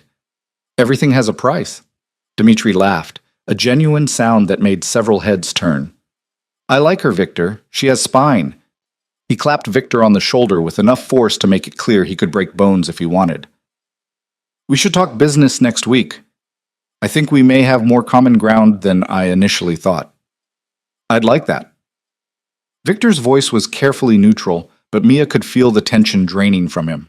This was what tonight had been about, getting Dmitri to see him as someone settled, someone trustworthy. They talked for a few more minutes about nothing important before Dmitri and Elena moved on to greet other guests. The moment they were out of earshot, Victor's hand found Mia's again. You did well, he said quietly. Better than I expected. He liked me because I'm not one of them, because I had to work. He liked you because you didn't apologize for it. These people respect strength, even when it comes wrapped in evening gowns. Victor guided her toward the bar. You need a drink. So do I. The bartender poured champagne without being asked, clearly familiar with Victor's preferences. Mia took a glass and drank too fast, the bubbles burning her throat. Slow down, Victor murmured. You need to stay sharp. I know, She looked around at the crowd, at all these people playing their roles in games she barely understood. This is exhausting. Welcome to my world. There was something almost sympathetic in his voice. It never gets easier. You just get better at pretending it doesn't bother you. A woman's laugh cut through the ambient noise, sharp and cruel. Mia turned toward the sound and found a small group of women clustered near the windows, all of them looking in her direction. One of them, a brunette in a red dress that probably cost more than a car, was saying something that made the others laugh. Ignore them, Victor said, following her gaze. They're not important. But Mia could read body language well enough to know they were talking about her. About the girl in the green dress who didn't belong, who'd somehow managed to trick Victor Reyes into marriage. The brunette detached from her group and approached, her smile friendly in a way that set off every alarm bell Mia possessed. Victor, darling, aren't you going to introduce us to your mysterious bride? Mia, this is Catherine Ashford. She's hosting tonight. Victor's voice carried a warning edge. Catherine, my wife Mia. Wife. Still getting used to that word associated with you. Catherine's eyes were sharp, calculating. I have to ask, dear, where exactly did you two meet? The story seems to change depending on who's telling it. It doesn't change, Mia said, keeping her voice even. We met at Elysium. I was working there. Working. Catherine drew the word out, making it sound vaguely dirty. How industrious. And what did your family think of you marrying into Victor's world so quickly? It was a trap, designed to expose that Mia had no family worth mentioning, that she came from nothing. The old Mia would have stammered out an excuse, apologized for existing. But the new Mia, the one wearing emeralds and a wedding ring that weighed like a promise, was tired of apologizing. They're dead, she said flatly. Car accident when I was 16, but I'm sure you already knew that, or you wouldn't have asked. Catherine's smile faltered. Around them, the nearby conversations had gone quiet, people pretending not to listen while hanging on every word. I'm so sorry, I didn't mean... Yes, you did. Mia set down her champagne glass with more force than necessary. You wanted to make me feel small, point out that I don't belong here. So let me save you some time, you're right. I don't come from money or privilege. I worked at a diner before Elysium. I lived in an apartment where the heat didn't work, and I ate ramen most nights because that's what I could afford. And yes, I married Victor quickly, because when someone offers you a chance at something better, you take it. The silence around them had spread like a ripple, more people turning to watch. Mia felt Victor's hand settle on her back again, steady and solid. But here's what you need to understand, she continued, voice stronger now. I earned my place at his side. I didn't buy it with family connections or inherited wealth. So if you want to mock me for being poor, for working service jobs, for not being born into your world, go ahead. I've survived worse than your judgment. Catherine's face had gone red, anger and embarrassment warring for dominance. I don't think— No, you don't. Victor's voice cut through like a blade. And that's your problem, Catherine. You think money and breeding make you better than people who've actually had to fight for survival. Mia's worth 10 of you, and everyone in this room knows it. The words hung in the air like a challenge. Catherine looked between them, seeming to realize she'd miscalculated badly. Around them, the crowd had shifted. Some faces showed approval, others uncertainty, but no one was laughing anymore. I apologize if I offended you, Catherine said stiffly. That wasn't my intention. Of course it wasn't. Mia picked up her champagne again, surprised to find her hand wasn't shaking. We all make mistakes. Catherine retreated with as much dignity as she could manage, her group of friends following like nervous birds. The conversations around them resumed, but Mia could feel the weight of attention still fixed on her. We should dance, Victor said suddenly. What? They're all watching us. We need to give them something to see. He set down his drink and offered his hand. Come on. The dance floor was already crowded with couples swaying to something classical and elegant. Victor led her to the center, his hand settling at her waist with the same practiced ease he did everything else. Mia placed her hand on his shoulder, acutely aware of how close they were, how many eyes were tracking their every movement. I didn't know you could dance, she said as he guided her into the rhythm. I can do a lot of things you don't know about. His voice was quiet, meant only for her. What you did back there, standing up to Catherine, that was either very brave or very stupid. Probably both. Definitely both. But there was something like admiration in his tone. You surprised me. I thought you'd let her walk all over you. I'm tired of being walked over. Mia met his eyes, dark and unreadable. You said I needed to believe I belonged here. Well, maybe I'm starting to. Or maybe you're just better at pretending than you thought. He spun her, the movement smooth and practiced, and for a moment Mia forgot this was all an act, forgot the contract and the money and the danger lurking beneath the surface of this beautiful night. When the dance ended, Dmitri appeared at Victor's elbow, like he'd been waiting for the right moment. That was quite a performance, he said, though whether he meant the dance or the confrontation with Catherine wasn't clear. Your wife has fire, I respect that.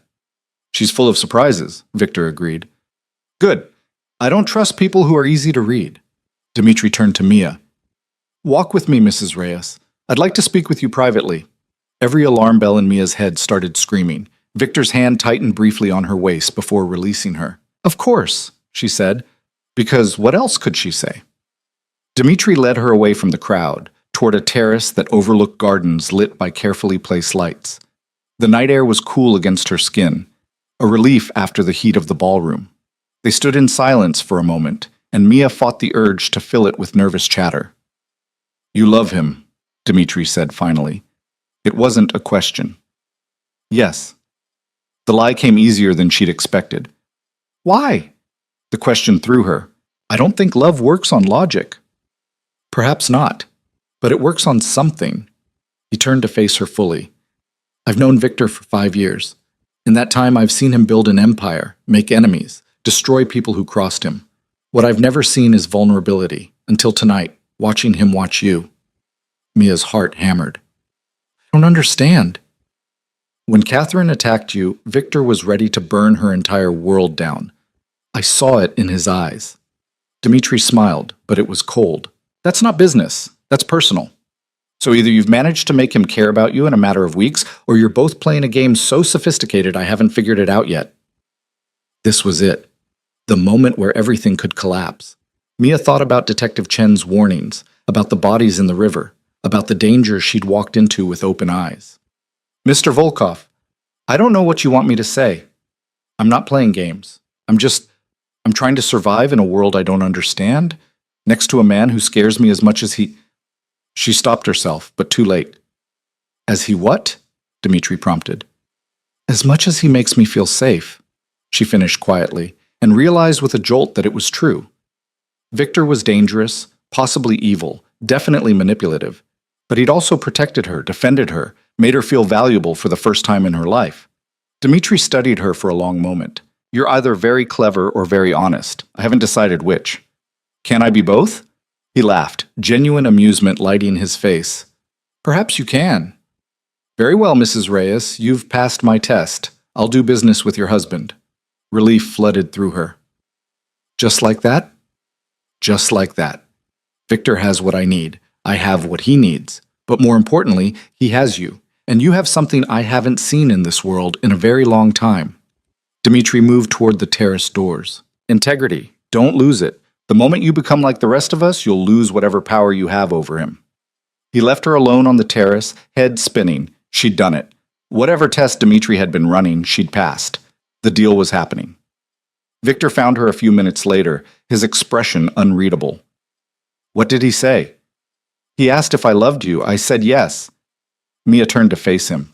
He said he saw you were willing to destroy Catherine for me, and that meant it was either real or we were playing a sophisticated game. And what did you tell him? The truth. That you scare me and make me feel safe at the same time. She searched his face for some reaction. He said he'd do business with you. Victor's expression didn't change, but something shifted in his eyes. You're better at this than I expected. Everyone keeps saying that, like you all expected me to fail. We expected you to be adequate. You're exceeding expectations. He offered his arm. Come on, let's make our exit. We've accomplished what we came for.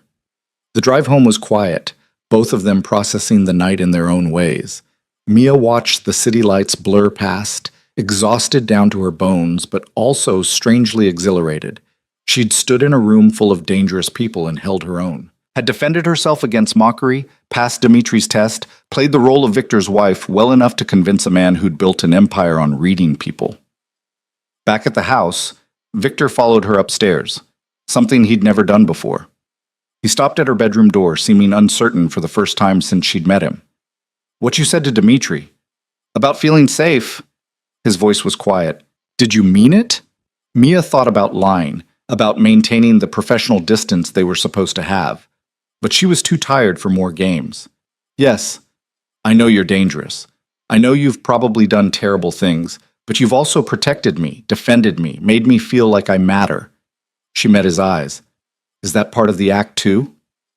I don't know anymore. He said it so quietly she almost missed it. Good night, Mia. He walked to his own room, leaving her standing in the hallway wearing emeralds and questions she couldn't answer. Inside her bedroom, Mia took off the jewelry with shaking hands, each piece feeling heavier than it should. She'd survived her first real test in Victor's world, had proven she could play the role convincingly enough to fool people who made careers out of deception. But somewhere in the middle of the performance, something had shifted. The lies had started feeling like truth. The pretending had become real in ways that terrified her. She fell asleep with her wedding ring still on, its weight familiar now, and dreamed of dancing with a dangerous man who looked at her like she was worth protecting, like she was worth something more than money. The weeks that followed blurred together in a strange rhythm that felt almost like real life.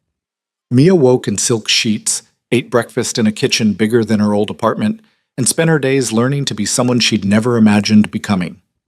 Victor was gone most mornings before she woke, handling business she didn't ask about, returning late with tension in his shoulders that only eased when he found her still awake. They fell into a routine that looked like marriage from the outside. Dinners together when his schedule allowed. Conversations that started as briefings and ended as something more. He told her about deals with Dmitri, about shipping routes and territories, speaking to her like she was a partner instead of hired help. She told him about her childhood, about parents she barely remembered, and a life spent trying to be invisible. Why invisible? He asked one night, over wine in his study, the question genuinely curious. Because being seen meant being noticed. Being noticed meant being vulnerable. She swirled the wine in her glass, watching the light catch in the dark liquid. When you're poor, when you're alone, the best survival strategy is to not exist loudly enough for anyone to hurt you. And now? Now I'm the opposite of invisible. She gestured at the house around them, at the ring on her finger. Everyone sees me. It's terrifying. You hide it well. He refilled her glass without asking. At the gala, you looked like you'd been doing this your whole life. I was faking. We're all faking something. His eyes met hers over the rim of his glass. The difference is, you're honest about it. Those moments, quiet and unguarded, made it harder to remember this was temporary.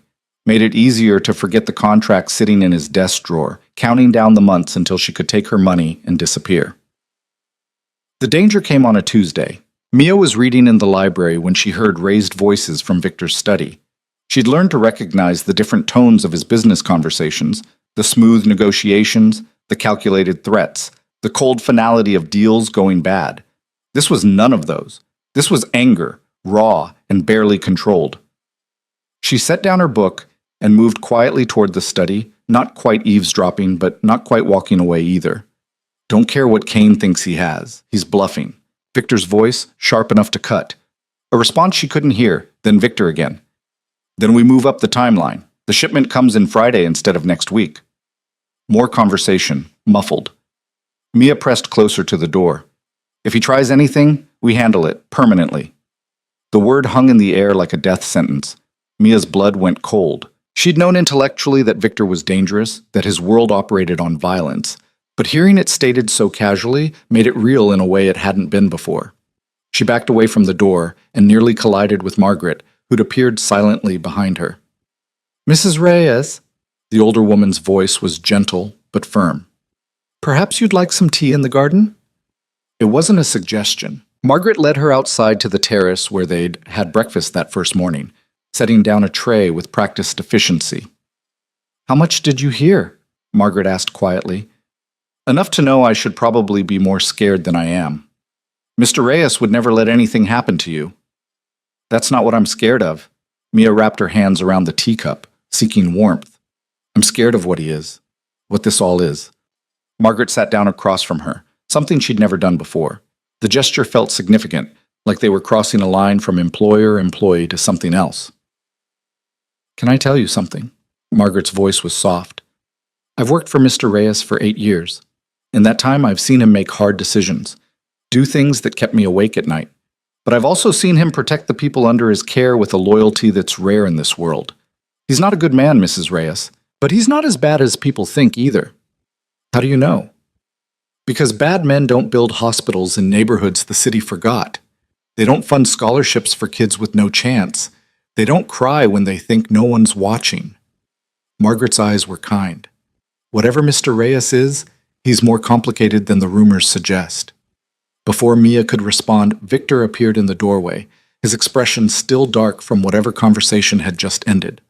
"Mia, inside, now." Margaret stood quickly, gathering the tea service. Mia followed Victor back into the house, her heart hammering. His tone had been cold, commanding, nothing like the man who'd shared wine with her and talked about honest faking. In the study, he closed the door and turned to face her. "How much did you hear?" "Not much. Something about Kane and a shipment. Don't lie to me. I'm not—" "You were standing outside the door. Don't insult my intelligence by pretending otherwise." He moved to the window, looking out at the grounds with his back to her. "This is exactly why I didn't want you involved in the business side. I wasn't trying to get involved. I heard voices and what? Got curious?" He spun around, anger flashing in his eyes.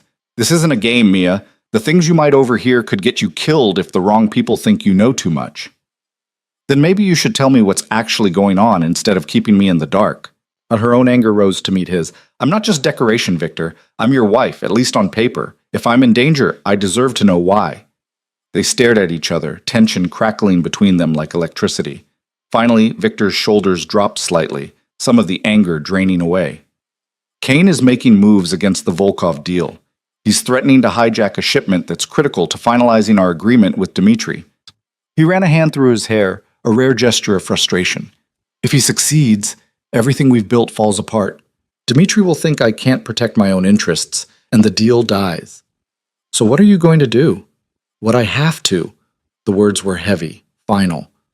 "And you're going to stay here, stay safe, and pretend you don't know anything about it. Victor, this isn't negotiable." He moved closer, and she could see the exhaustion beneath the anger. "I can handle Kane. What I can't handle is worrying about whether you're safe while I'm dealing with him. So please, for once, just do what I ask." The please caught her off guard. Victor didn't ask. He commanded, controlled, demanded. Hearing that word from him felt like seeing behind a mask she hadn't realized he was wearing. "Okay," she said quietly. "I'll stay out of it." He nodded, some of the tension leaving his frame. "Thank you." She left him there, surrounded by papers and phones and the weight of whatever violence was coming. In her room, Mia sat on the bed and tried not to think about Margaret's words. "He's not a good man, but he's not as bad as people think." The problem was, she was starting to care which one he actually was. Friday came with unseasonable cold, the kind that made the house feel empty despite its size. Victor had left before dawn without saying goodbye. Just a note on the kitchen counter that said, "Stay inside, don't answer the door for anyone." Mia spent the morning restless, unable to focus on anything. She tried reading, tried watching television, tried anything to distract herself from imagining what Victor was doing and whether he'd come home. Around noon, her phone buzzed. A text from an unknown number. "We need to talk. Sarah Chen." Mia stared at the message, Detective Chen's warnings from weeks ago echoing in her head. She shouldn't respond, should delete it and pretend she never saw it. She typed back anyway. "How did you get this number?" "I'm a detective. Getting numbers is what I do. Meet me at the coffee shop on 5th and Main. 1 hour. Come alone." Every instinct screamed trap, but something else. Curiosity, fear, a desperate need to understand what was really happening made her grab her coat. She left through the back entrance, avoiding the security cameras she'd learned to spot, and caught a cab 3 blocks away. The coffee shop was the same one where Chen had approached her before, and the detective was already there, sitting at the same table like no time had passed. "You came," Chen said as Mia sat down. "I wasn't sure you would." "I probably shouldn't have." "Probably not." Chen slid a folder across the table. "But I think you'll want to see this." Inside were more photos, but these were different from before. Not surveillance shots or crime scenes, these were personal. Photos of Victor from years ago, younger and harder, standing next to people Mia didn't recognize. And one photo that made her blood run cold. Victor with a young woman, both of them smiling in a way that looked genuine. The woman was beautiful, dark hair, bright eyes, the kind of face that made you want to know her story. "Who is that?" Mia's voice came out rough. "Anna Volkov, Dmitri's younger sister. She died 3 years ago." Chen tapped the photo. She and Victor were in love, planning to get married.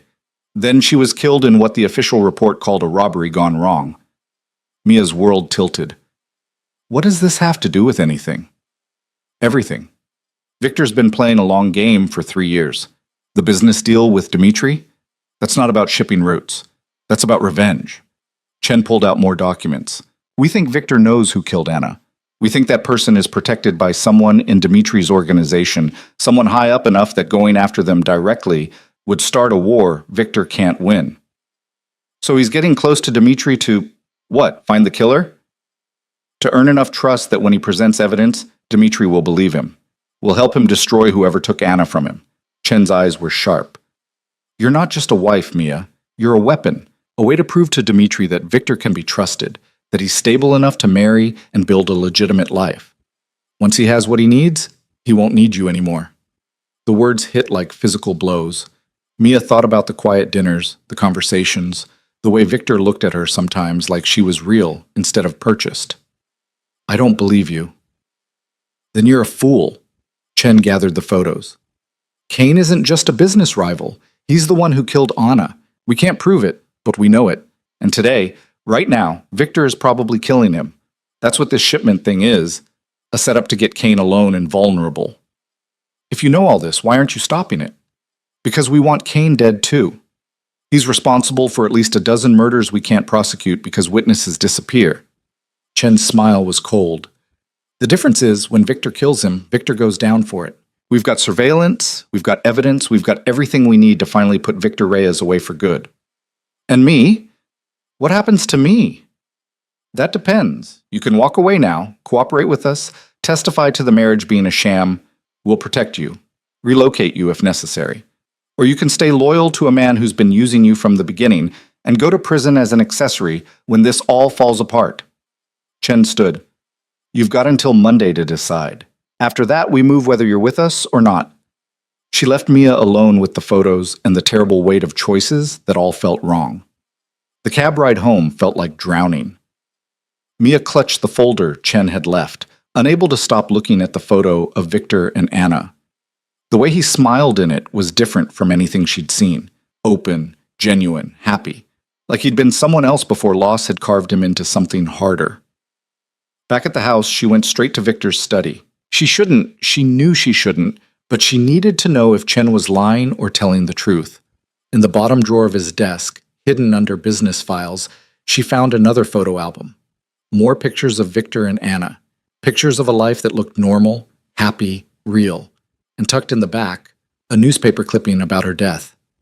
Aspiring photographer, killed in downtown robbery. Mia's hands shook as she read the article. Anna had been shot 3 times, her camera stolen, her wallet left behind. The kind of killing that made no sense unless it was meant to send a message. "What are you doing?" The voice from the doorway made her jump. Victor stood there, suit jacket torn, blood on his shirt. Not his own, she hoped. His expression colder than she'd ever seen it. "I asked you a question."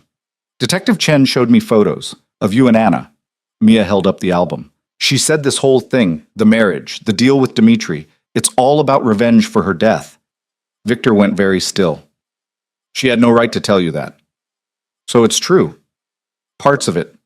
He moved into the room, closing the door behind him. "Anna was Dmitri's sister.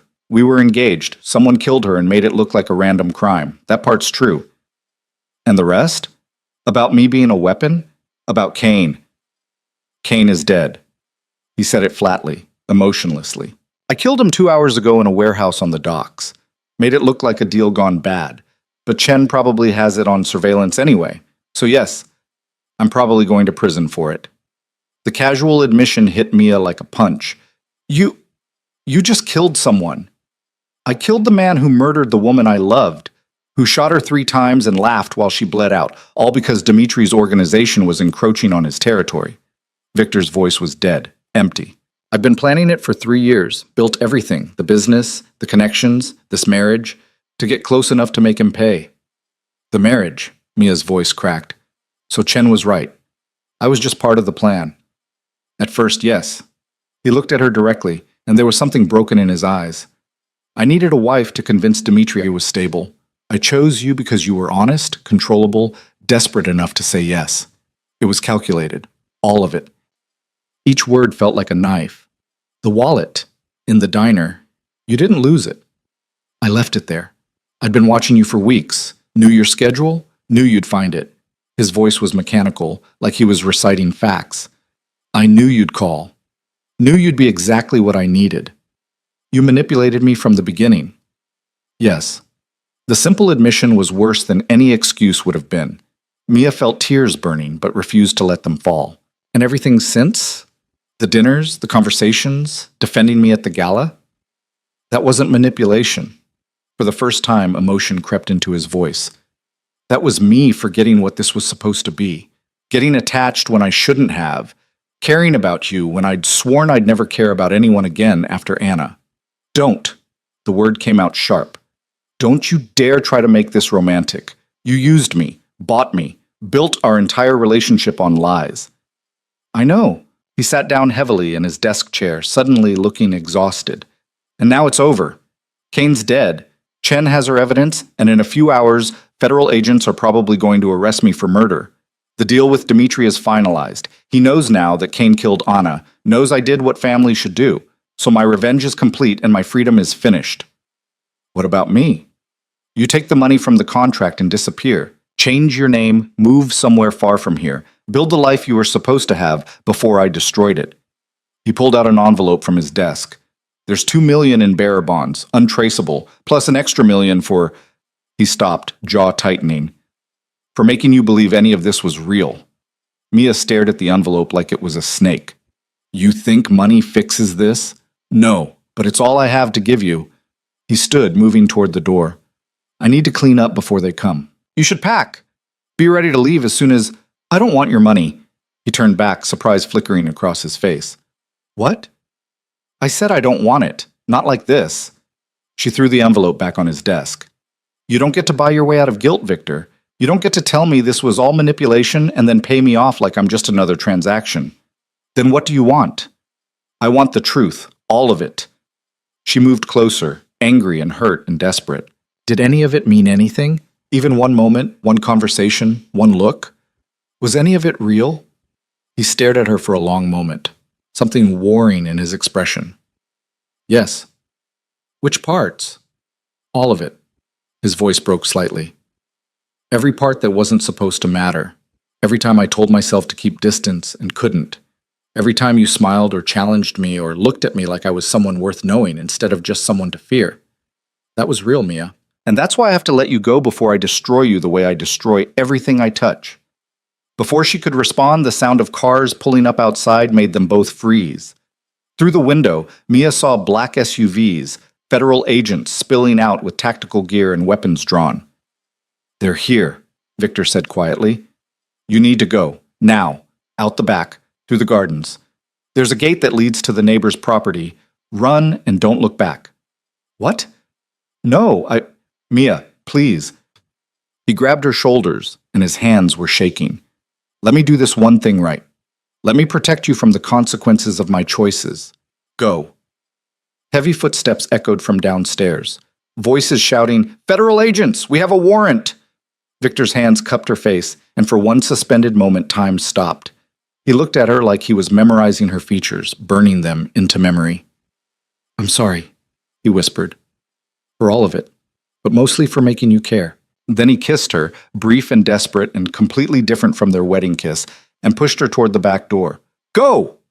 Mia ran. Through the study's rear exit, down the hallway, out into the gardens. Behind her, she heard the front door being breached, heard agents shouting commands, heard Victor's voice calm and cold as he surrendered.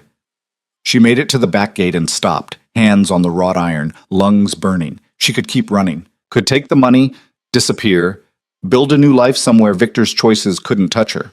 Or she could go back. It was insane. He'd manipulated her, used her, built their entire relationship on calculated lies. She should hate him, should want him to rot in prison for what he'd done to her, to Kane, to everyone he'd touched. But she thought about Margaret's words. He's not as bad as people think. Thought about Victor's face when he talked about Anna, about the hospitals and scholarships, about the way he'd defended her at the gala like she actually mattered. Thought about the broken look in his eyes when he'd said, "Let me do this one thing right." She turned around and walked back to the house. The foyer was full of federal agents, all of them pointing weapons at Victor, who knelt on the marble floor with his hands behind his head. Detective Chen stood to one side, satisfaction written across her face. "Mia Bennett," Chen said, seeing her in the doorway. "Smart choice, coming back. We'll need your statement about Reyes. My name is Mia Reyes." She walked further into the room, every eye tracking her movement. "And I'm not giving you a statement. I'm invoking spousal privilege." Chen's expression darkened. "You can't—" "Yes, I can. I'm his wife, legally married, which means I can't be compelled to testify against him, and anything I might have witnessed is protected." She moved to stand beside Victor, who was staring at her like she'd lost her mind. Maybe she had. "You're making a mistake," Chen said. "Probably. But it's my mistake to make." Mia looked down at Victor, still kneeling with agents surrounding him. "And I'm tired of other people making choices for me." They arrested him anyway, of course, hauled him out in handcuffs while reading rights he probably knew better than the agents reciting them. But before they put him in the car, he looked back at her one last time. "Why?" he mouthed. She didn't have an answer, not one that made sense. So she just watched as they drove him away, taking with them the man who'd bought her, used her, and somehow made her care anyway. The trial took 6 months to reach court. 6 months of lawyers and depositions and media coverage that turned Mia's life inside out. The shy waitress who'd married a criminal became headline news. Her photo plastered across papers with speculation about whether she'd known, whether she'd helped, whether she'd been a victim or an accomplice.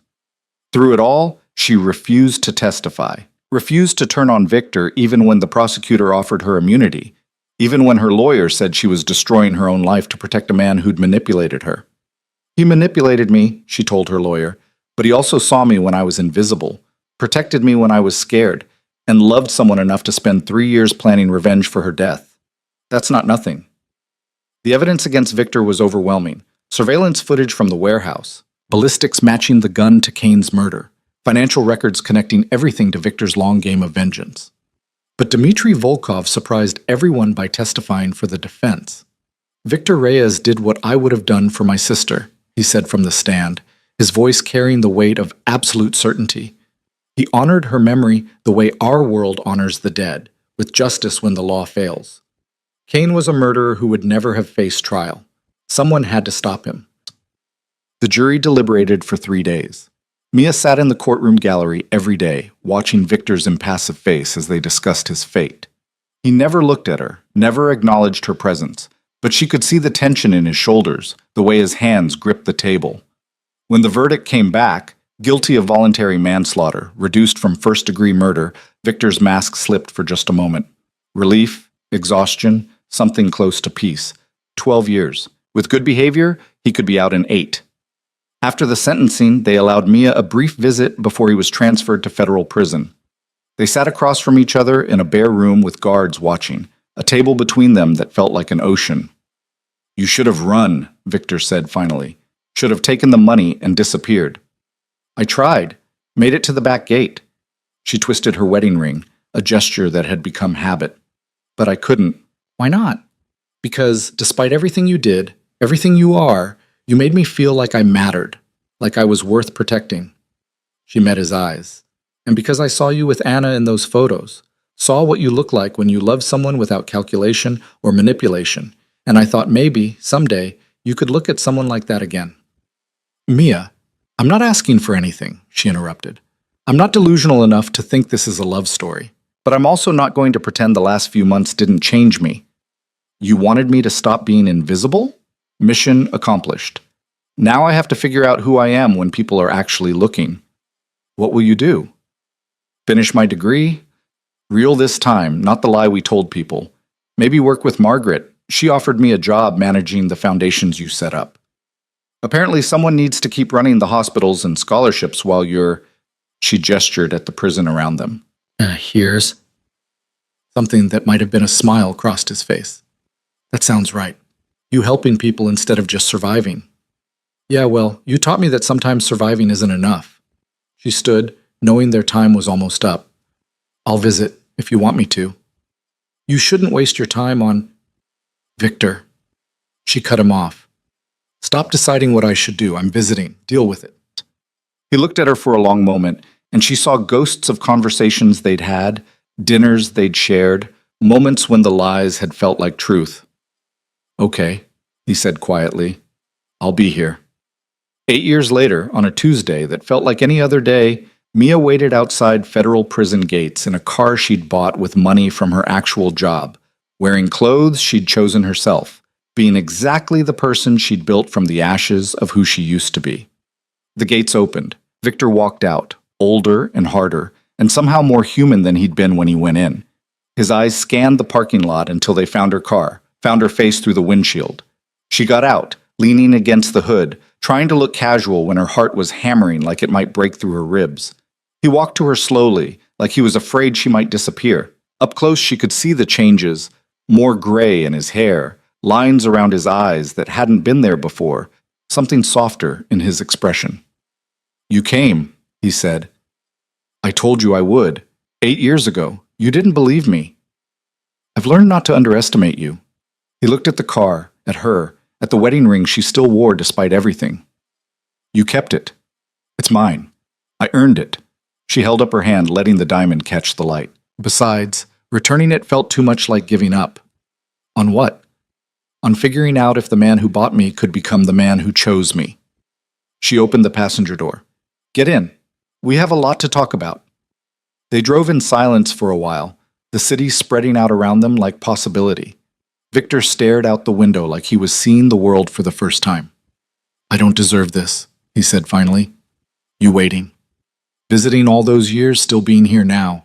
"Well, probably not. But I stopped doing things because I deserved them a long time ago. Started doing them because I wanted to." She glanced at him. "Question is, what do you want?" Real answer, no manipulation, no strategy. He was quiet for so long she thought he wouldn't answer. Then, quietly, "A second chance. To do this right.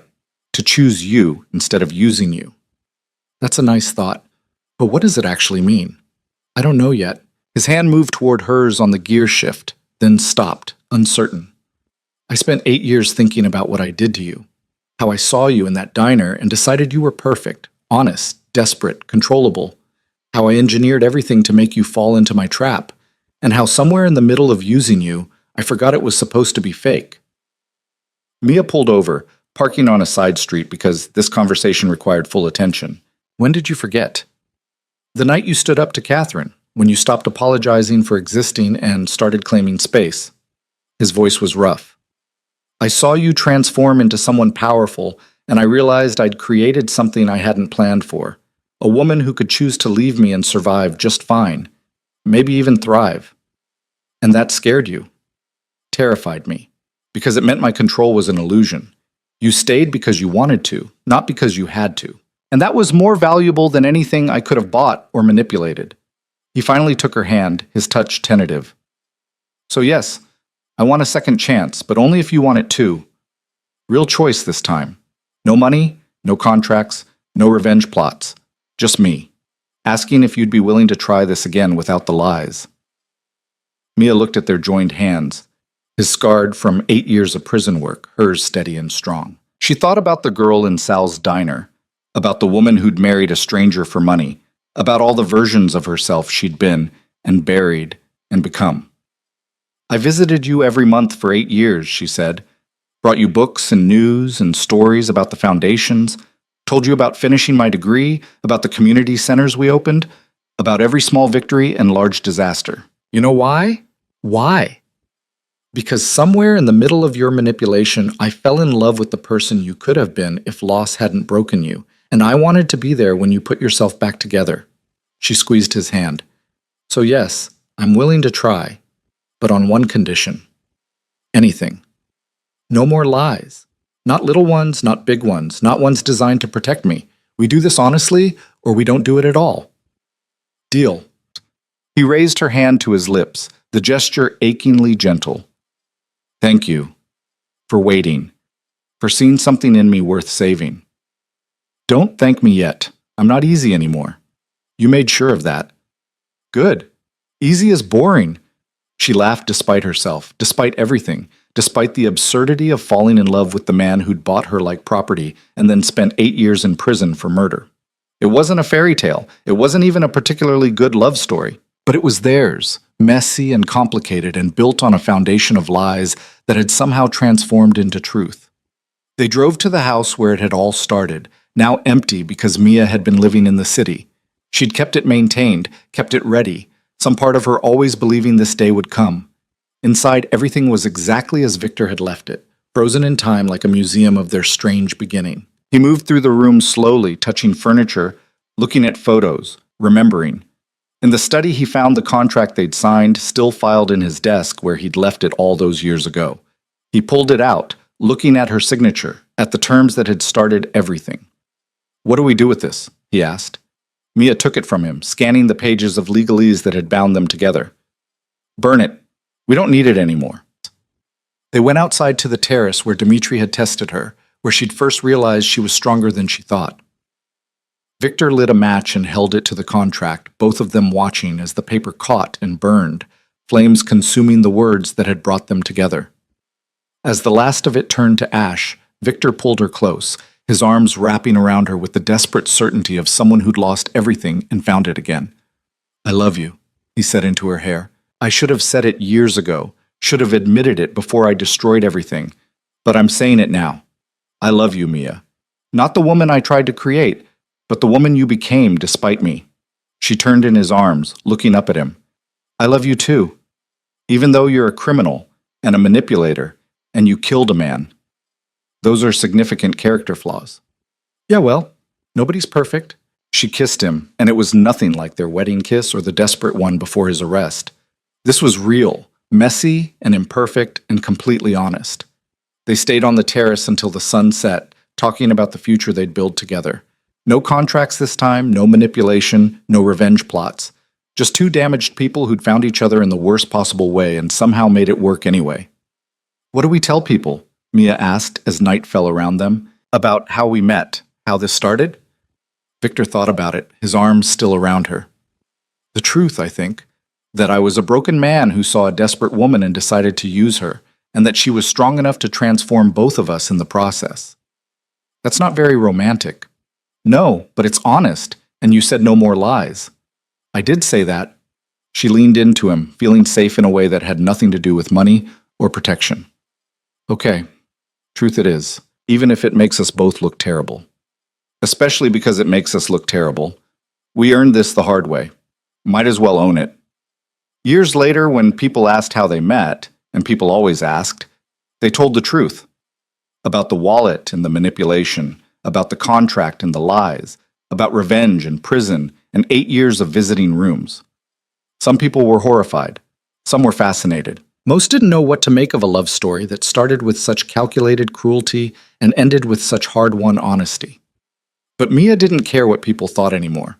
She'd learned that lesson from Victor, the one valuable thing he'd taught her before all the manipulation came to light. She mattered. Her choices mattered. Her voice mattered. And she chose him, every day, with full knowledge of who he was and what he'd done. Not because he was perfect, not because he deserved it, but because love, real love, wasn't about deserving or earning. It was about choosing to see someone completely, flaws and all, and deciding they were worth fighting for anyway. In the end, the shy waitress who'd returned a wallet disappeared completely. In her place stood a woman who ran charitable foundations, who'd survived manipulation and media circuses, and her own transformation from invisible to essential. And beside her stood a man who'd learned that vengeance was empty and control was illusion, but love, messy, complicated, honest love, was worth more than any scheme or strategy. They built a life together, one choice at a time, one honest conversation at a time, one moment of choosing truth over comfortable lies. It wasn't the life either of them had planned. It was better.